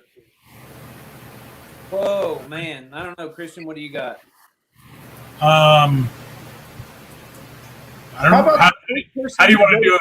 Stogie Bros Instagram page and tag hashtag Fatman Cigar Club. You automatically get one, and I'll send it to you with some members only swag that we have here. I'll send it out to you guys. First person to do that? First person to do that, let me know, and I'll ship it out to them. Awesome. Okay. So, Hargis, Cool. we do some really weird questions. Mm-hmm. So, just to kind of break down, like, I don't know, find out some interesting retarded facts about you. Awesome. So, what's one thing that you wished you were really good at? Right now, at this point in my life, one thing that I wish, yeah, and you guys are gonna be like, shut the fuck up about this kitchen, and all you guys can tell me about it on the Herf later, but you got to listen again. Yeah. It's electrical work. Yeah. So I'm a really hands-on kind of guy, right? I take stuff to the extreme. Whenever I do anything, I'm gonna make sure I research it and understand it to the utmost. I don't understand electrical at all. To me, it's always just mind-boggling, how someone can think of this. And I really wish I was a lot better at hands-on electrical work. I know somebody else who is in the exact same boat you are in right now, and he's sitting on this show with us just like this, because he's probably sitting there thinking in his head, these fucking electricians that are supposed to be at my shop wiring that bitch up come maybe like once a week and they're never there. So Christian is in the exact same boat you are in right now. Man, and finding a dude that just understands it and that can relay it in lamest terms to you is worth its weight in gold. Because to me, it makes no goddamn sense. I ripped out my kitchen the other day, and I had switches that had like one hot and a ground and no common, but somehow it still controlled something on the other side of the room. And I'm just like, it doesn't make sense. This warlock shit going on here. I don't know what the hell this guy did, but So the next question, what is the oldest cigar you have in your humidor? in my humidor right now, I have a 1991 Davidoff 5000. I have 5 of them. 1991 Davidoff 5000. That's probably my pride and joy cigar. I've smoked only one of them. I had the opportunity to buy 6, and they wouldn't let me buy the whole box. That's an actually really interesting story. I thought I was getting scammed, and I reached out to Davidoff of Geneva, and Davidoff actually got back to me. They put me in contact with one of their representatives, started talking to him about him. First question I asked him, I said, "Hey, man, I have a question for you about Davidoff 5000." And he literally went, "Ugh, if you're going to ask if it has Cuban tobacco, I can't tell you." I said, "All right, well, I'm not asking that, but I want to know how I can tell the legitimacy of one." And he started going through everything, and he would ask the question, I would say, "Yes, it has it." I'd ask the question, I'd say, "Yes, it has it." I bought the box from the guy as well, just the box. And about a week later, I get a call from New York, and I answer it, and it's Davidoff. Davidoff says, "Hey, one of our representatives said that you came across some Davidoff 5000s and that they were legitimate from 1991. And I told them this. I said, if you're calling to ask if they're for sale, they ain't." And he was like, I don't fucking get it. But I was like, man, your dude was a dick when I first called, and that's what he gave me. But those are probably my oldest cigar, probably my prized cigar that I have right now. Very cool. So one of the things that Christian's happy because he's got some really old cigars in his humidor, and he loves to ask that question to see if you have him beat. And last show, Paul Stulak kicked him in the nuts because he had some cigars older than Christian cigars.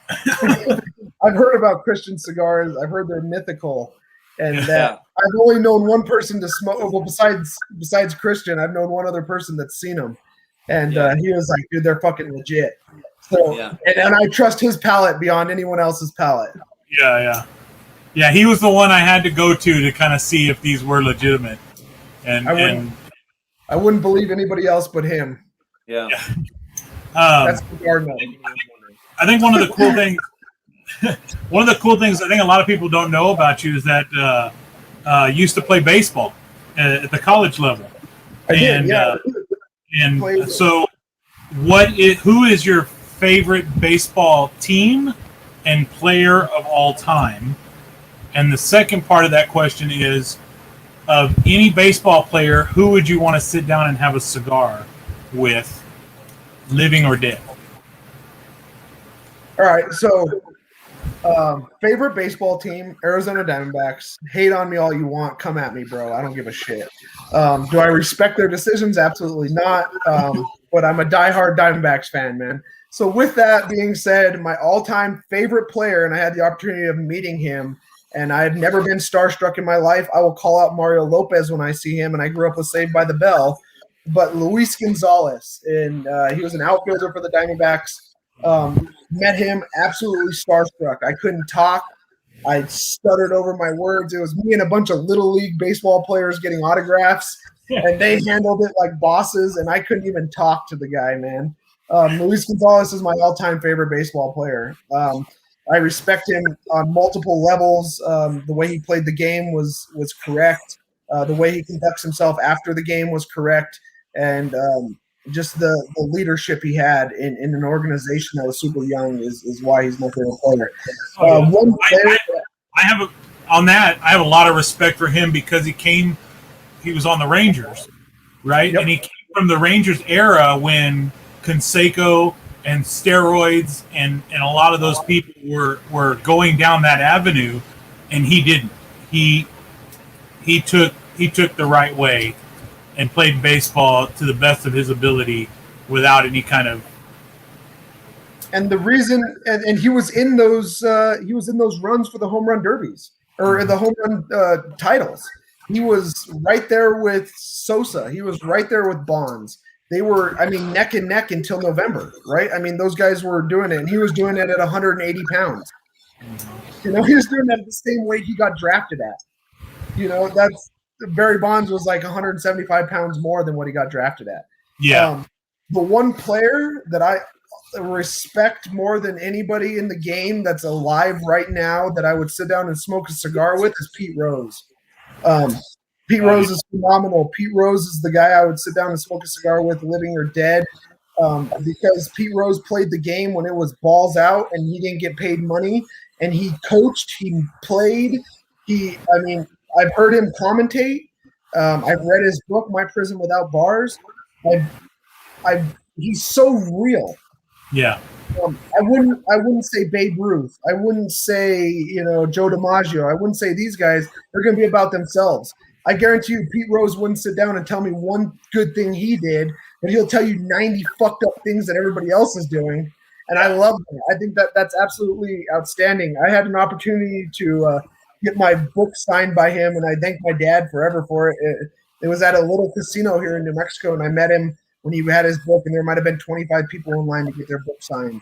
And it was a shame to me that somebody I was maybe 8 years old, but I knew who he was, and somebody that was that great at the game and understood it at a level that most, I'm not going to say that most people don't understand it, even in the situation of professional ball players right now understand it. Managers are another thing.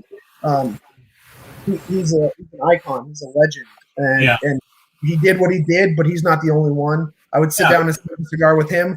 The cigar I would bring to smoke with him It's one cigar I would bring to smoke with him is a Melanio. A Melanio is that across the board cigar that I would sit down and smoke with anybody, and it doesn't matter. You think you smoke badass cigars? Melanio to me is up there with all of them, and I would sit down and smoke a Melanio with Pete Rose. That's awesome. Hashtag in the band or in the embargo on Pete Rose. Get him in the hall. Right. Hashtag let him in. Let him in. Pete Rose, when I was a kid, was like the pinnacle of, or I keep using that word tonight. I don't know why, but he was like the best baseball player ever. Like, we used to get out in the dirt fields or whatever and try to mimic Pete Rose's diving slide. Yeah. And I remember to have a poster of Pete Rose in my bedroom where his batting cap was like this, and he was like in the air, and his arms were out like this, and he was flat, and he was diving into, like, I can't remember what it was, second base or third base, whatever. But man, that guy was awesome, and he got screwed. And I mean, let's go off a little bit on why he's not into the Hall of Fame or whatever it is. So I'm from New Mexico. Alex Bregman is from Albuquerque. I grew up playing on the same traveling team that Alex Bregman did. He was a class underneath me in age. I respect Pete Rose, no matter what he got banned for or whatever happened to him. I will never respect anybody on the Astros organization ever for what they did. And you might be a huge Astros fan. I see you smugging, Christian, but goddamn, you know what? What it is I understand everyone does it to a certain level, right? They got caught. I understand that. That's fine. The way they handled it was not okay. The way they got punished was not okay. I still am not gonna, be a huge Astros fan. Are they great ball players? Of course they are. Do they deserve what they have? Of course they do. Do they get punished correctly? Absolutely not. No. You have Pete Rose banned for betting on his own team that he managed, played for, started, and led the freaking league in every category you can think of.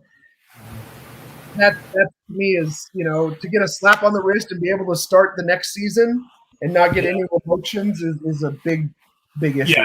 Yeah, that's a big issue. And I am an Astros fan, but yeah, the idea of them breaking the rule, getting caught breaking the rules, because I believe there's a lot of clubs out there that are doing they're the ones that got caught, but they got caught, yeah.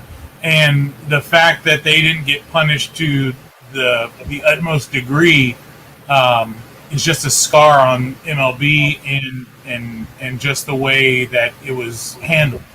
And the way it was handled all around, the way MLB handled it, the way everybody handled it is, okay, it's a black eye.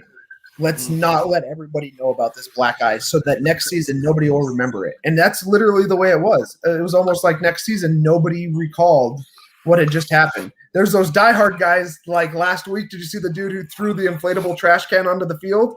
Yeah. Fuck yeah. If that guy's on here right now, hit me up, dude. I will send you anything you want, man, because that was the fucking coolest thing I'd ever seen.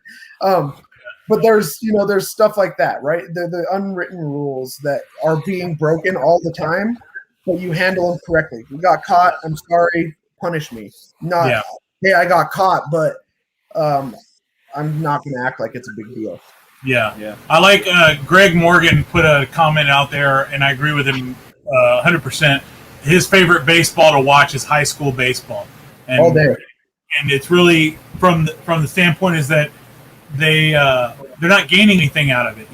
They're playing it for the love of the game, and they're playing for it's different. You're not getting paid to play it, and I enjoy watching high school baseball. Same thing with football as well. I think it's just it's a different. I mean, it's not to the speed and the caliber, but you're looking at kids that are putting it all out there in the same way. And same thing with college too. You get some really good games out there, and you can watch in college baseball. And my thing with college baseball is being in the clubs with college baseball. But I really realized it when I was really young, and I call him my older brother, but he's not truly my brother. If you guys aren't following Classic Mustangs, go follow them. That's him. His name's Abe. He's a super solid dude. But he played in California as well. But I realized when I used to go watch him play that these guys weren't playing because they made it. They were trying to make it. So they were going to take that extra risk. They were going to make that extra play. They were going to have the adrenaline pushing them through whatever it was, an at-bat, a ground ball hit up the middle, whatever it is. They're going to have that drive that I still haven't made it, and that's still a dream of mine. Yeah. When you're in an organization, you feel like you've made it.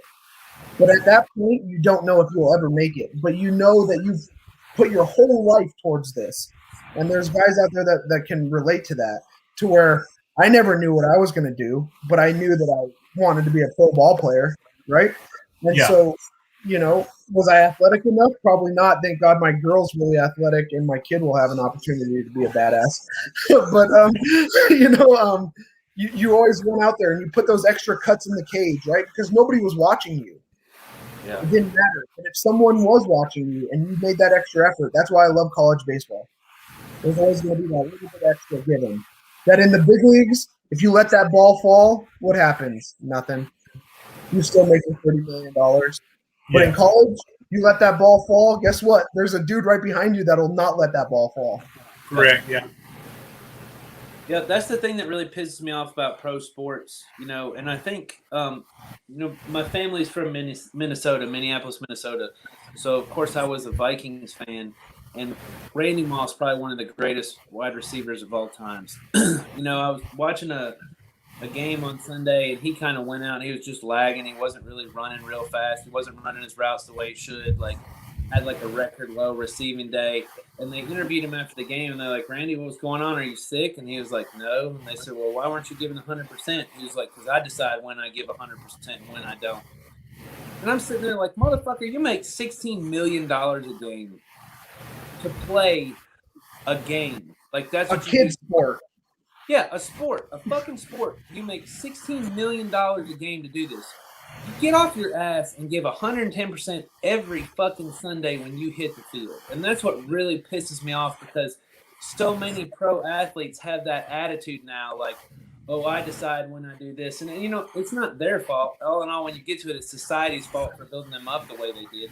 But shit, when you get to that level, I don't watch any major sports. I'm a Yankees fan. Yeah, y'all can stone me if you want to, but Yankees fan because my granddad was a Yankees fan, and I grew up a Yankees fan watching Yankees baseball with him. So, but you get into major sports, that's about the only major pro sport team I claim is the Yankees.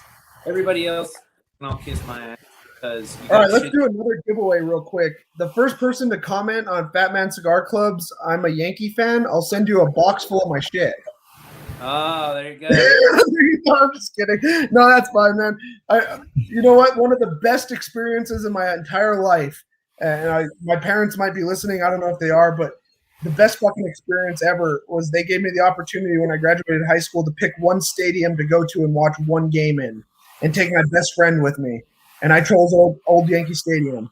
And we went and we saw Old Yankee Stadium, and I took his father, my best friend's father, who was my coach forever. I took them two with me, and we flew to New York. And we came from a small town, Taos, New Mexico.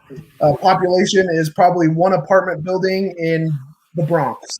So we went to New York, and we were just like, "Fuck, this is it, man." And we went to Old Yankee Stadium, man, and we got tickets with the bleacher creatures. And I thought I knew diehard fans until I saw a guy that had a bald head with Yankee Stadium tattooed around it. And it was incredible. We sat with them. We sat through their roll call. And the best experience of my life ever was sitting in Yankee Stadium with a acid rain pitted foul pole sitting right in front of my face, and I couldn't even see what was going on. But I got to eat a hot dog, and at 18 years old, I got a guy to buy me a beer, and I drank a beer in Yankee Stadium. And I saw Derek Jeter get booed in Yankee Stadium because he had made 3 errors and went 0 for 4. And it was just the atmosphere, right? That's what sports is about. There's still that love there, and it's a shame that I'll never be able to share that with them. Yep. David Muhammad mentions one more thing about the goddamn Blue Jays. I swear to God, I'll leave this fucking head. Yeah, I went to Yankee Stadium, old Yankee Stadium one time. Went up there and saw a game. It was actually the next to the last game they played in Yankee Stadium was against the Red Sox. And then the very last game they played in Yankee Stadium, we were in New York that weekend, and we were gonna buy tickets, but our plane left at the game started at 1 and our flight left at 3. My ex-wife was like, "Hey, we can go watch batting practice." I was like, "I don't want to go watch fucking batting practice and not watch the game." So we got to JFK. Our flight was delayed 4.5 hours. I had to sit in Casey's bar in JFK Airport and watch the Red Sox and Yankees play the very last game in Yankee Stadium, and the Yankees ended up winning in the fucking bottom of the ninth. And then I was so pissed, so pissed. So the next time we went to New York was for Jeter's 3,000th hit. And it was the game for his 3,000th hit. We're flying in New York. We land at 11. The game starts at 1. My ex-wife's like, "Oh, we'll have plenty of time to get there." Yeah, we're coming through the fucking tunnel into New York, and there's a wreck. It was $385 for a ticket to the Yankees game that day. There was a fucking wreck. We get stuck in the traffic in the tunnel. I end up selling my fucking ticket. We were 2 rows behind where Jeter's 3,000th hit, which was a home run, landed. I got the tickets for the exact same game the next day for $27. I was pissed. Yep. Oh yeah. Once it passes it, it's KC, Kansas City. I'll respect Kansas City Royals.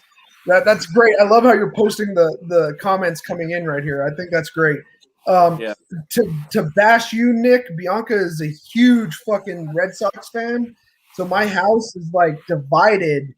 It's so awkwardly divided because the Diamondbacks are not a great organization, and I have a great reason for loving them and whatnot. But Bianca's this diehard, Red Sox fan, and we moved to Santa Fe, New Mexico. And when we got there, I finally made enough money that I could buy MLB package, right? And that was huge for me. And so I bought the MLB package, and the only question I asked DirecTV, one question: can I watch every goddamn Diamondbacks game? I don't give a shit. I want to watch spring training. I want to watch their freaking alumni game. If they have a goddamn girls softball tournament, I want to watch that shit. They're like, absolutely. I said, all right. So I bought the damn fucking MLB ticket. Well, the area in Santa Fe where we lived was a radius around it about 6 miles that was considered in network for the Diamondbacks. I didn't get the game. I spent the whole fucking season watching every fucking Red Sox game. And let me tell you, I've never been so sick in my goddamn life. The only other time I think someone commented it was when the Cubs won the World Series. I'm just kidding. That was a great time. The only worse than that for me would be if I could only get Alabama football. That would be the only thing worse than only being able to get Red Sox games. That would be it. I hate that they black out. If you're local, because they want you to go to the stadium and watch it. They don't want you to just sit at home and watch it. Yep.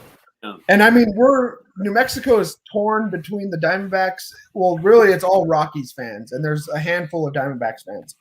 But Colorado for us is Denver's 7 hours for us. Phoenix is 8. I wouldn't consider that in network for either one of them. No. But no, it's really what it is I love the game. I love watching people play the game. I still play the game to this day, and I still play it really competitively. I don't play it, beer league.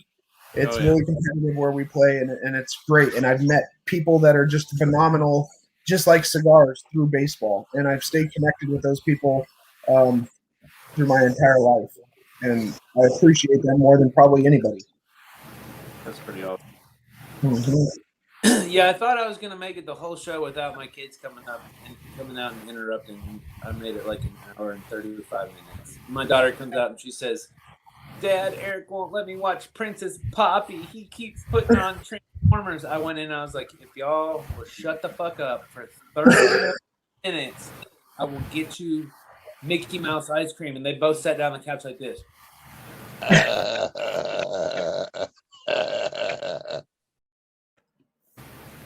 We both sat down and watched Married with Children. Yeah. Hey, goddamn, that place is gonna burn down. should go in and put on like old reruns of Saved by the Bell for the Mario. There you go. Yeah, tell them and tell them, because I'm assuming they probably have Instagrams. Everybody does these days, to get over to Mario Lopez's page and tell him to smoke a damn cigar with Fatman Cigar Club, dude. Jesus Christ. What does it take, man? What is it? Talking to the wrong motherfucker now. That's right. So yeah, it's off the baseball thing though. It's baseball's my passion. That's what I really, really love, and I'm glad that it's back. Yeah. And I can't wait to sit in any stadium and drink a beer and have a hot dog again and just watch a game. Yeah, we just got a new B League baseball team here because Alabama doesn't have any pro sports, so we're huge on really shitty B League sports. But we just picked up a new baseball team. I think they go to their farm team for the California Angels, and we are the Alabama Trash Pandas. Wow. Yeah, we're raccoons. That's what we are. And the thing is they let these dumbasses in North Alabama vote on the name, and that's the best shit you can come up with. Trash. We're known as the Rock. Yeah, it's the Rocket City Trash Pandas is what it is. We're the Rocket City, right? We got Space Camp here. We got fucking NASA here. We got all this shit here. What do we come up with? The Trash Pandas. So New Mexico has no pro sports either. Call a raccoon. Yeah. Yeah. New Mexico doesn't have pro sports either, but our pro team is the Isotopes. They're AAA, and they're now for the Rockies, and they're the Isotopes because Los Alamos National Laboratory, right? The Isotopes. Yeah, I go to the Round Rock Express, and we play the Isotopes. That was probably the first Round Rock Express game I went to. So they did this thing 3 years ago, and they're still doing it, where you change your name for one series. Yeah. And New Mexico went to the green chili cheeseburgers. And I said, you know what? If I had fucking made it that far to where I was this close to a big league dirt, and I had to play for the fucking green chili cheeseburgers, I wouldn't be as pissed if I had to play for the Trash Pandas. But I would be fucking pissed, dude. I would be like, God damn it. I think they changed. The Round Rock went with, one was the Chupacabra, and then one year it was the Chanclas. Dude, we're now the Mariachi, and now they have a beautiful hat. They have a bitchin' hat right now, but still the Mariachis. What the fuck, guys? Come on, dude. The one good thing that came out of Trash Pandas is now they have a Trash Tuesday game where you go up and beers are $1 and hot dogs are $1, so you can get trash at the Trash Panda game. But we used to have a B League team that was called the Huntsville Stars, and they were the farm league team for the Oakland A's. And when I was 8, 9, 10, and off playing minor league, minor B baseball, Jose Canseco, Ozzie Canseco, Ricky Henderson, and Mark McGuire all played on the Huntsville Stars. I used to have all their Huntsville Stars cards autographed. And, of course, just like everybody else, when I moved to college, my mom threw all that shit away. Right when Jose was going through his big push to be, home run king, and Mark McGuire was doing it, then they all got busted for steroids, and their cards aren't worth shit. But, you know what? Mark McGuire is still, to me, a solid dude. Yeah. I really like Mark McGuire a lot. I really do. I used to love Ricky Henderson. That dude was damn lightning fast. Lightning fast. Him, Ozzie Smith. Ozzie Smith was another guy, that was before my time. But you gotta hey, Marty, when you buy a Trash Panda hat, send me the link to Fatman Cigar Club. I'll buy a Trash Panda hat too, because I have an incredible hat collection. I want to add that one to it as well. Well, let me go show you. I'll be right back. That's fucking funny, man. That's some good shit. Christian, so your lounge that you're opening up, is it just a brick and mortar, or does it actually have a smoking lounge? It actually has a smoking lounge. I have a 800 square foot smoking lounge. We'll have a 10x8 walk-in humidor. Just a kind of a cool place just to kind of come in. Originally, we were going to do a mobile cigar lounge, right? So I bought a Bluebird bus, gonna tore it all out, cleaned it out, and then an opportunity to get a brick and mortar came up, so we kind of put that aside and started up um, this one. That's actually a nice hat.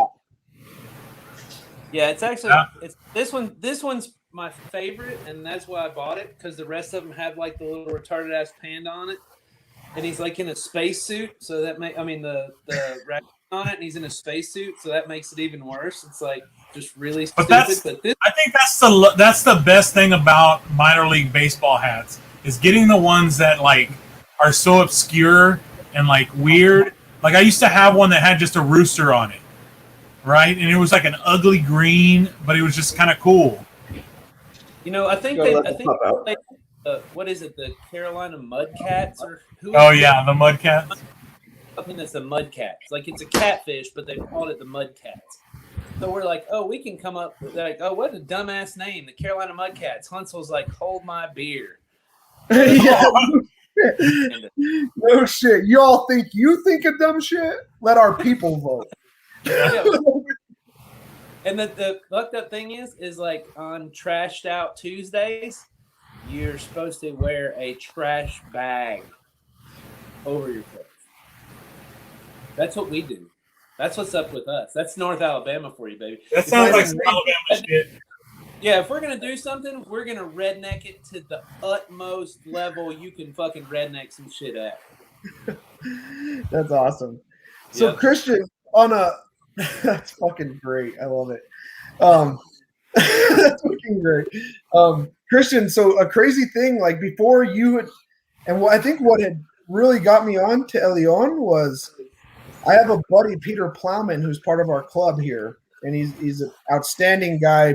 I mean, just a super good dude.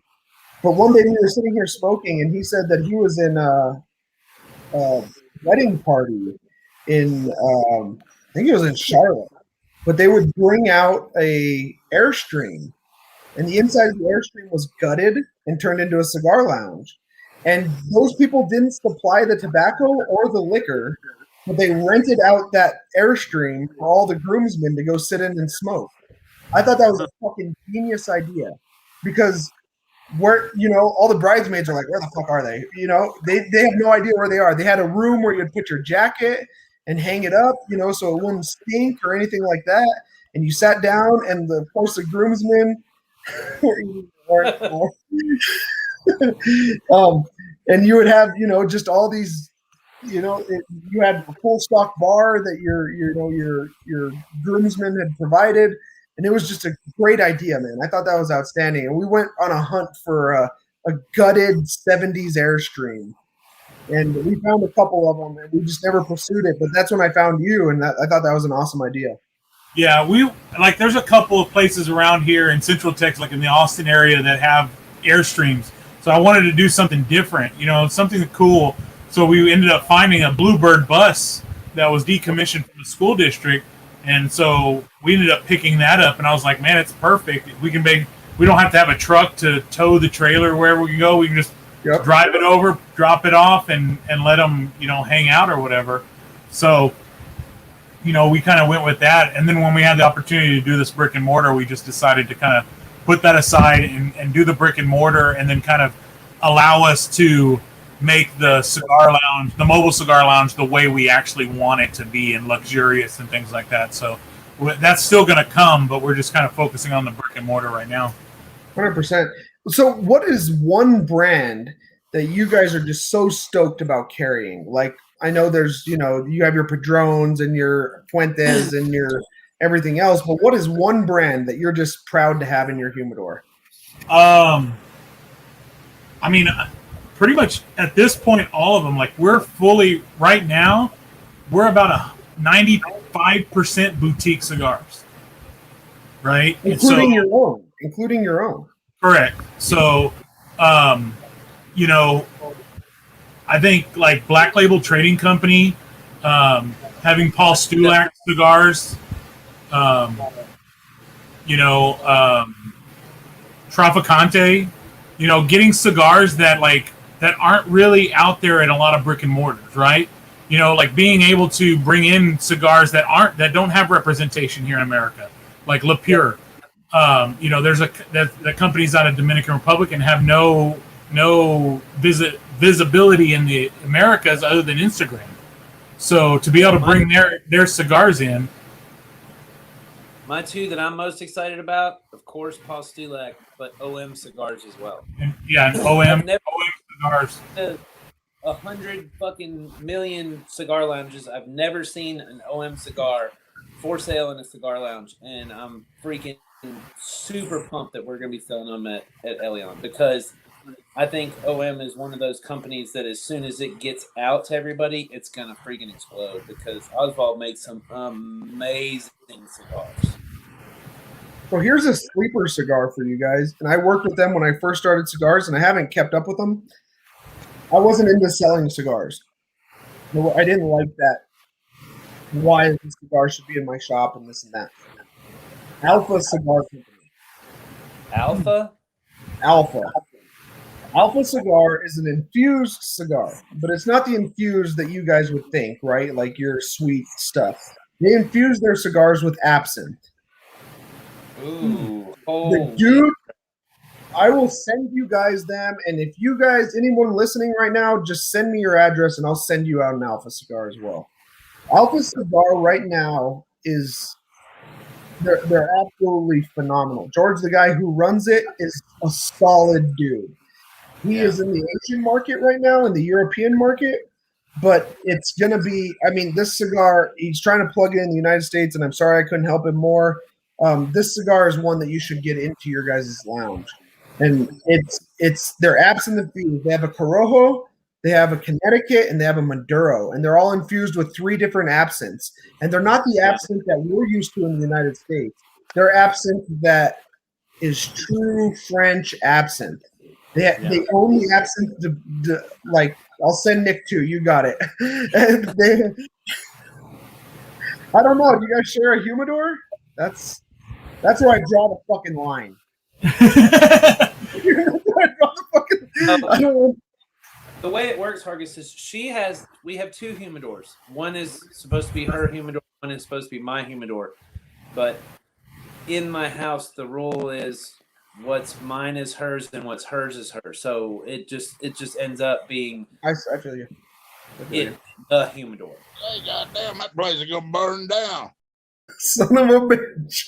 You got to get yourself a new air, and you're going to lock that motherfucker and take the key with you. Talking to the wrong motherfucker now. I would love to see you guys plugging Alpha Cigars. I'll send them for you to try. If you can even actually, you know, help bridge that gap or bridge that communication. I definitely, you know, I'm all about putting out cigars that don't really have a lot of representation and getting people onto them. And, you know, like my goal was to at least be 90% boutiques, because I know people are going to come in and they're going to want their, you know, Perdomos, they're going to want their AJ Fernandez, they're going to want these, you know, the name stuff that they're used to. But I want to kind of introduce people to other cigars that are comparable, because these boutique cigar companies and small cigar companies are putting out just as good cigars, you know, and can get their recognition out there, you know. And I wouldn't plug them if I didn't think they were a great cigar. We get boxes of cigars for us to try, and I would say 7 out of 10 of them are not my thing. And I think we've expressed this to you guys with Elion, is that I will sit down, and it's not me reviewing a cigar. It's never just Hargis, right? The only thing that Hargis does is the Instagram thing. It's always our club. So we'll sit down with 5 or 6 of our main members, our board, and review a cigar to our rubric. And you know what? 3 of us might say, fuck, that might have been the best cigar I've smoked all week. And 2 of us would be like, God, I can't stand it. But we're giving you back the information that you guys want to know, right? As smokers that have smoked, you know, in the time I've been smoking, I've smoked everything I can get my hands on. It doesn't matter if it was rolled in a farm.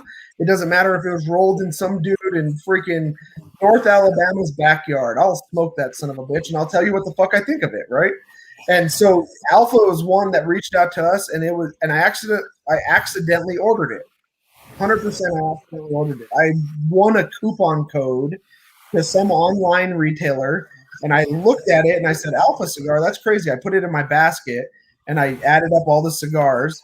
And Bianca feels the pain about the kids. Single mom life. Look at her in there, just single momming it up. There you go. So and I got my shipment in, and I was surprised that I had to pay like $9. I was like, what the fuck? Oh, this is a free coupon code. Anyways, whatever, $9. And I get it, and I was like, what the fuck is this cigar? And I smoked it. It was phenomenal. It was great.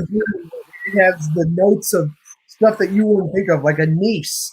So in New Mexico, bizcochitos are a huge thing during Christmas time, and they're a little small cookie, and it's anise flavored. I got so much anise. I got so much just like crazy flavors that I had never tasted in a cigar, and I got on. And that I think you guys would love having them in your guys' shop as well. Yeah, that'd be awesome. Yeah, 100%, guys. Yeah, I'm starting to get a bunch of people hitting me up right now for free cigars. You guys got them. I'm sending them out, dude. Give me a week time frame to get them all situated. I'm in the middle of a kitchen remodel, but I'll get them out to you guys. I promise. Once we get our that's only available for the live, right? So if people see only this, available for the live. It has to be right now. If you send it after the time we get off, you're screwed. No. Yeah, once we get our importer license, we're going to start branching out. I know there's one cigar line that I really want to get, and they lost their distribution in the United States, but it's Cabrera cigars. Have you ever smoked those before? I have not. Man, those things are freaking phenomenal. And they've lost their distributor in the United States. So once we get the import license, we're going to bring them in and have them coming through Elion Cigars too. They're fantastic. So watch out for those. And if any of you guys out there watching have a cigar that you guys love that nobody knows, send it to all three of us. Yes. You want to hear about it? We want to hear about it. Jerky for cigars? I think we could trade this. Is this Texas Shine? Yeah. That is. I think that's a fair trade. I think that's a fair trade. Yeah. I heard the Dr. Pepper flavored jerky. It's got some really cool name to it. What the fuck is that? Oh, it's Dr. Dr. Pepper flavored cigar. Dr. Pepper flavored jerky that I'm freaking ecstatic. I cannot wait to try this. I heard it from a trash can, but it was pretty good. Yeah. I had someone on her the other day.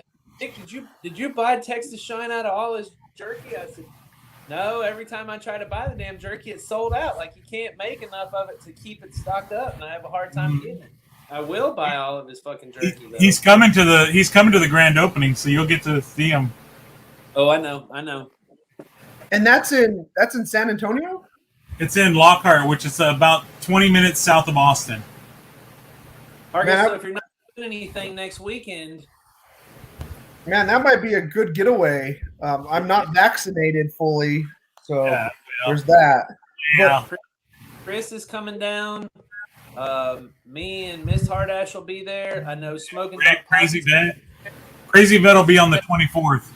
Yeah, Crazy Vet won't be there next weekend because he's got to go to South Carolina for something about like a funeral of Alabama basketball team's hopes and dreams of making it to the Final Four. They're having a funeral in South Carolina next weekend, so he has to go there for that.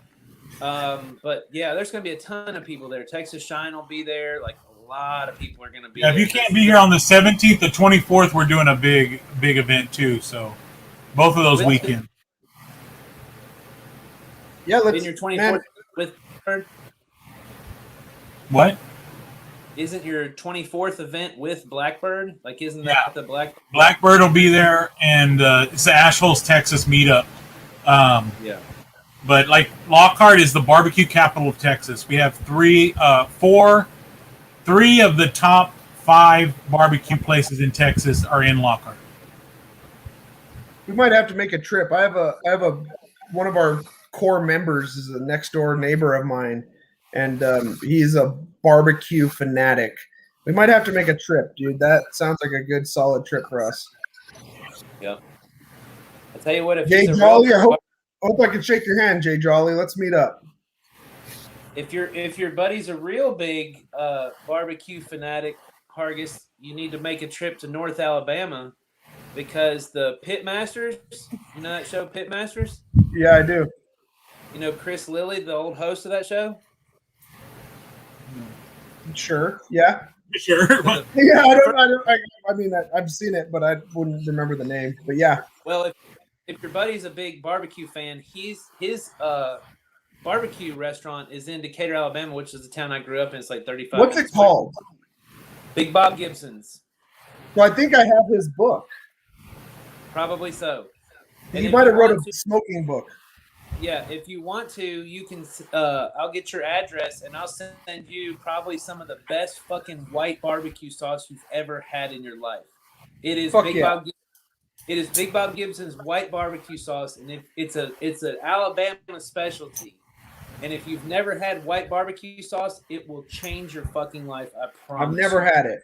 And I'll send you some green chili in return, and it'll change your fucking life. And you put it on a fucking hamburger, you won't be able to fucking eat a hamburger ever again. Is it spicy?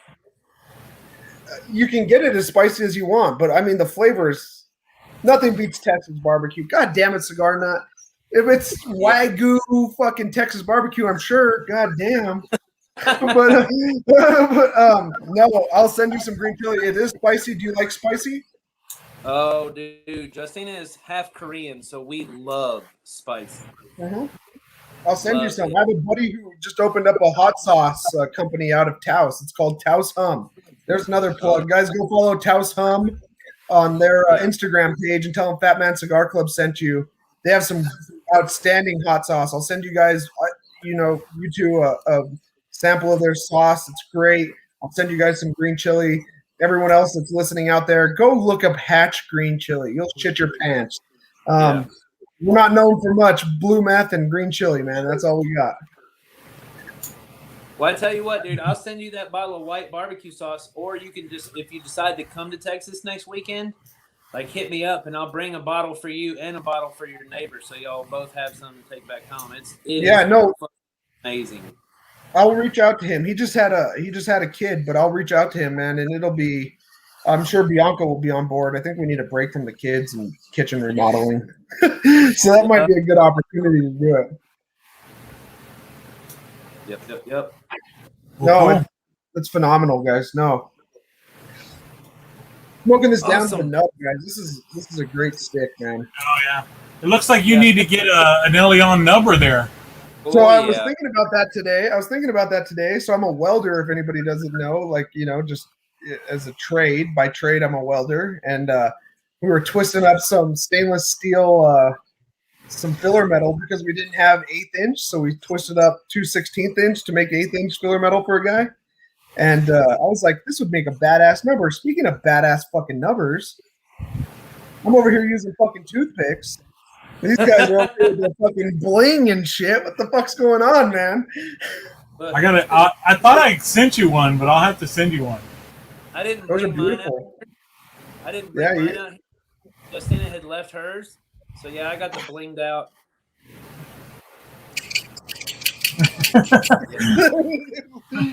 But yeah, there's the old trusty. You were talking about nubbing it down. That's what's left of mine. It's gone. I nubbed it out already. That was an amazing freaking cigar. And I think a lot of people will disagree with me, but I get some of the best flavors out of the very end of that cigar. Okay. Oh yeah, I think actually in the package you're about to get from me, I sent you one of our sword nubbers. Fuck yeah, I'm all about it. I'm all about it. Watch out though, because he sent me some of those sword numbers, and my 5-year-old nabbed the fuck out of them.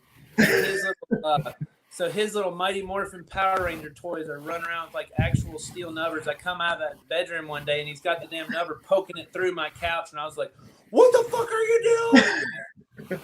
Oh shit, I'm sorry. Hey, big shout out to Casey here with Case Leatherworks, guys. Hey, big shout out to him. We plugged you a couple of times here, Casey. If you guys are looking for an outstanding case, and if you haven't ever had a case for your cutter, buy yourself one. Do yourself a favor. It's an absolute treat to pull this out every single time, especially if you're in a lounge. It'll turn heads everywhere you're at. They have a beautiful custom designed Fatman Cigar Club case. If you guys head over to Case Leatherworks and really check them out. Like I said, we're all about quality. We're all about craftsmanship. They don't slack in any department. Reach out to those guys. I ain't stripping. Beautiful stuff, man. Beautiful stuff. Well, cool. Well, Christian, yeah. you want to give a plug out to all of our clubs and everything that we follow? Yeah, let me throw the banner on there and go a big shout out to a lot of our clubs, especially the Smoke and Dram Society, our home club, Fatman Cigar Club, Cigar Smokers Worldwide, Silverback Smokers Crew, Goats Cigar Club, Cigar Clowns, Pop Smoke Squad 1, Glasses and Ashes, Thistles and Sticks. I got to give a big shout out to Ashhole Cigar Club, Texas, Alabama, Carolina. New Mexico. New Mexico just got a chapter. Yeah, New York, Ohio, Australia, NASA. I definitely want to get a patch from NASA. I want to get a patch from Dubai and Italy and all those cool Jerusalem. Big shout out to all the ashholes out there. We definitely support them and support everybody there. A bunch of our organizations. We got the Cigar Crew, the Hard Ash Cigar Society, Clutch of Smoke, Cigar Sessions, Cigars for Warriors, Cigar Dojo, Cigar Porn, Texas Cigar Rollers, The Good Cigar, and the Cigar Podcast. If you guys, we don't compete with other cigar podcasts. We love other cigar podcasts, and if you haven't gone out and got your new The Good Cigar badges or patches, they got some new PVC patches in gray, and then this is the gray and black one, and then they have one that's all murdered out. They are so sick. Al and Melissa are some of our really good friends. They were on the show a couple weeks ago, so make sure you check them out. Another one that we just got a patch for that we're pretty good friends with just came out this past week, the Drunken Corner. So you guys go check them out, buy one of their patches. They're doing a really cool thing for their giveaways, Hargis. If you're a patch member, they number your patch, and then for his giveaways, he's going to draw a number out of the patches. So if you have a Drunken Corner patch, you'll be involved in all of his giveaways. And then another one we haven't talked about tonight is the Napalm Smokers. These guys are out of Germany. They are super great. He's really, really excited to be getting into the cigar community, new guy out there, and just really, really, really cool guys. So please go out and check out Napalm Smokers, and they are awesome people as well. So, Christian, you want to talk about our newest thing for this week, our Patreon members? So now we're officially on Patreon. It costs. It takes a little money and it takes some time to put on these shows. Me and Nick have been putting them on through our out of our own pockets. And so we're going to give you an opportunity to kind of support and help us out with some of the costs on these. But also with that, you get some awesome perks. Next week, every other Thursday that we're not on, we do a herp with the guest that we just previously had on our show. Next week, we'll have Hargis on, and we may have Paul Stulak back on. We're going to start making that you have to be a Patreon supporter or member to get access to those herfs. You get an opportunity to meet the guests in a herf with us, ask them the questions that you want to ask them, and get face-to-face time and get to meet people and expand your community. So go to our Patreon page, check out the perks. As little as $5 a month will help us greatly. We have a $10 a month, and we also have a $20 a month. That $20 a month will get you some awesome swag, from shirts to hoodies to coffee mugs, cool stuff. Go check it out at patreon.com/Super Stogie Bros. Yep.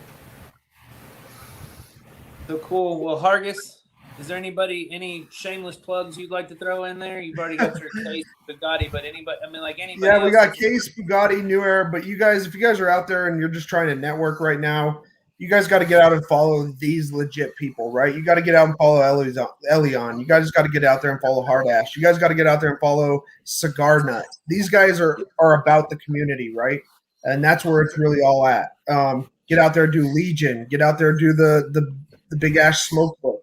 These guys are really about the community. They're not about, your brick and mortar, what you're getting there. They're about more than that. They're about you. So that's a huge thing, right? Get out there and do that stuff, man. Join HERFs. Get out there and network. If you guys have any questions at all, whether it's cigar related or you just want to shoot the shit, send me a DM, man. I'll answer you guys quickly. If you guys have any new cigars that you guys want us to try, send it to all three of us right now. I want to try it. They want to get it in their shop.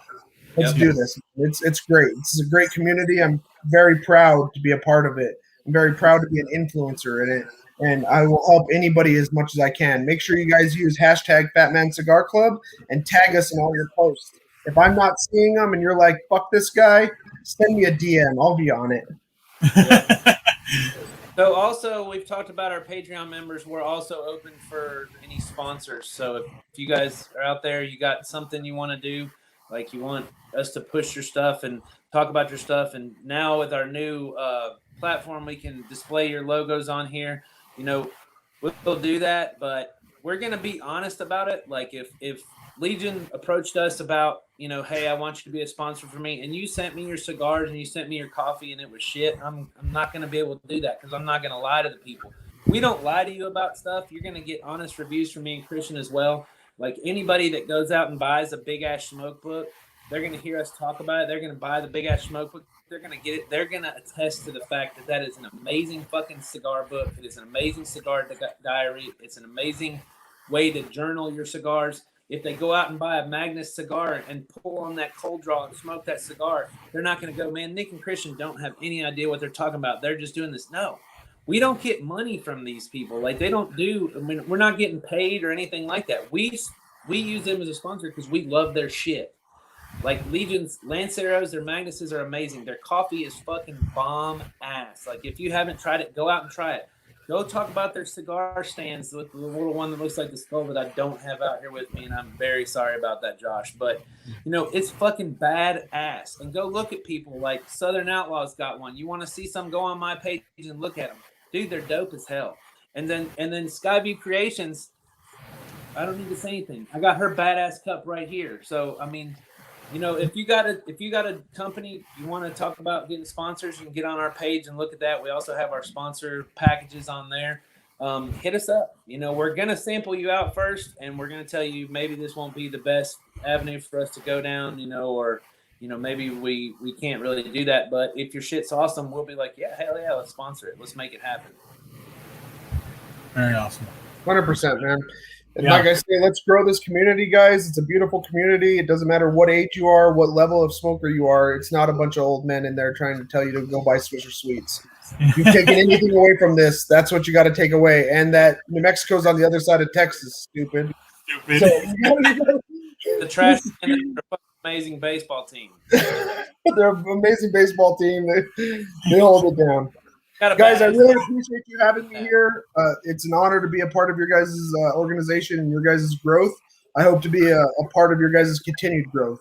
Yeah, so, we appreciate your friendship and all the things you've done to help us, and we look forward to a long and prosperous friendship. 100%, guys. Well, thanks for being on the show, and thanks everybody for watching and jumping on and getting on the comments. We appreciate each and every one of you. Make sure you hit that subscribe button and on YouTube, and follow us on Instagram and Facebook and Twitch. We're definitely trying to get out there. Share it with your friends. Get them to go and follow us on Instagram at Super Stogie Bros. And thanks for watching. I'm Christian, and I'm Nick, and I'm Hargis. Yeah, thanks for coming on, man. All right, guys, let's go.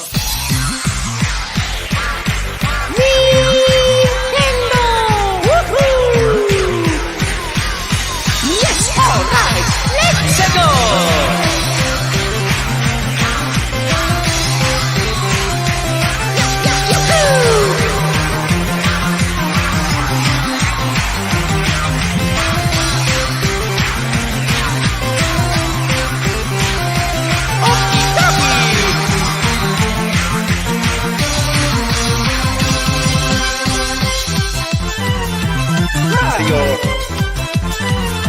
Luigi.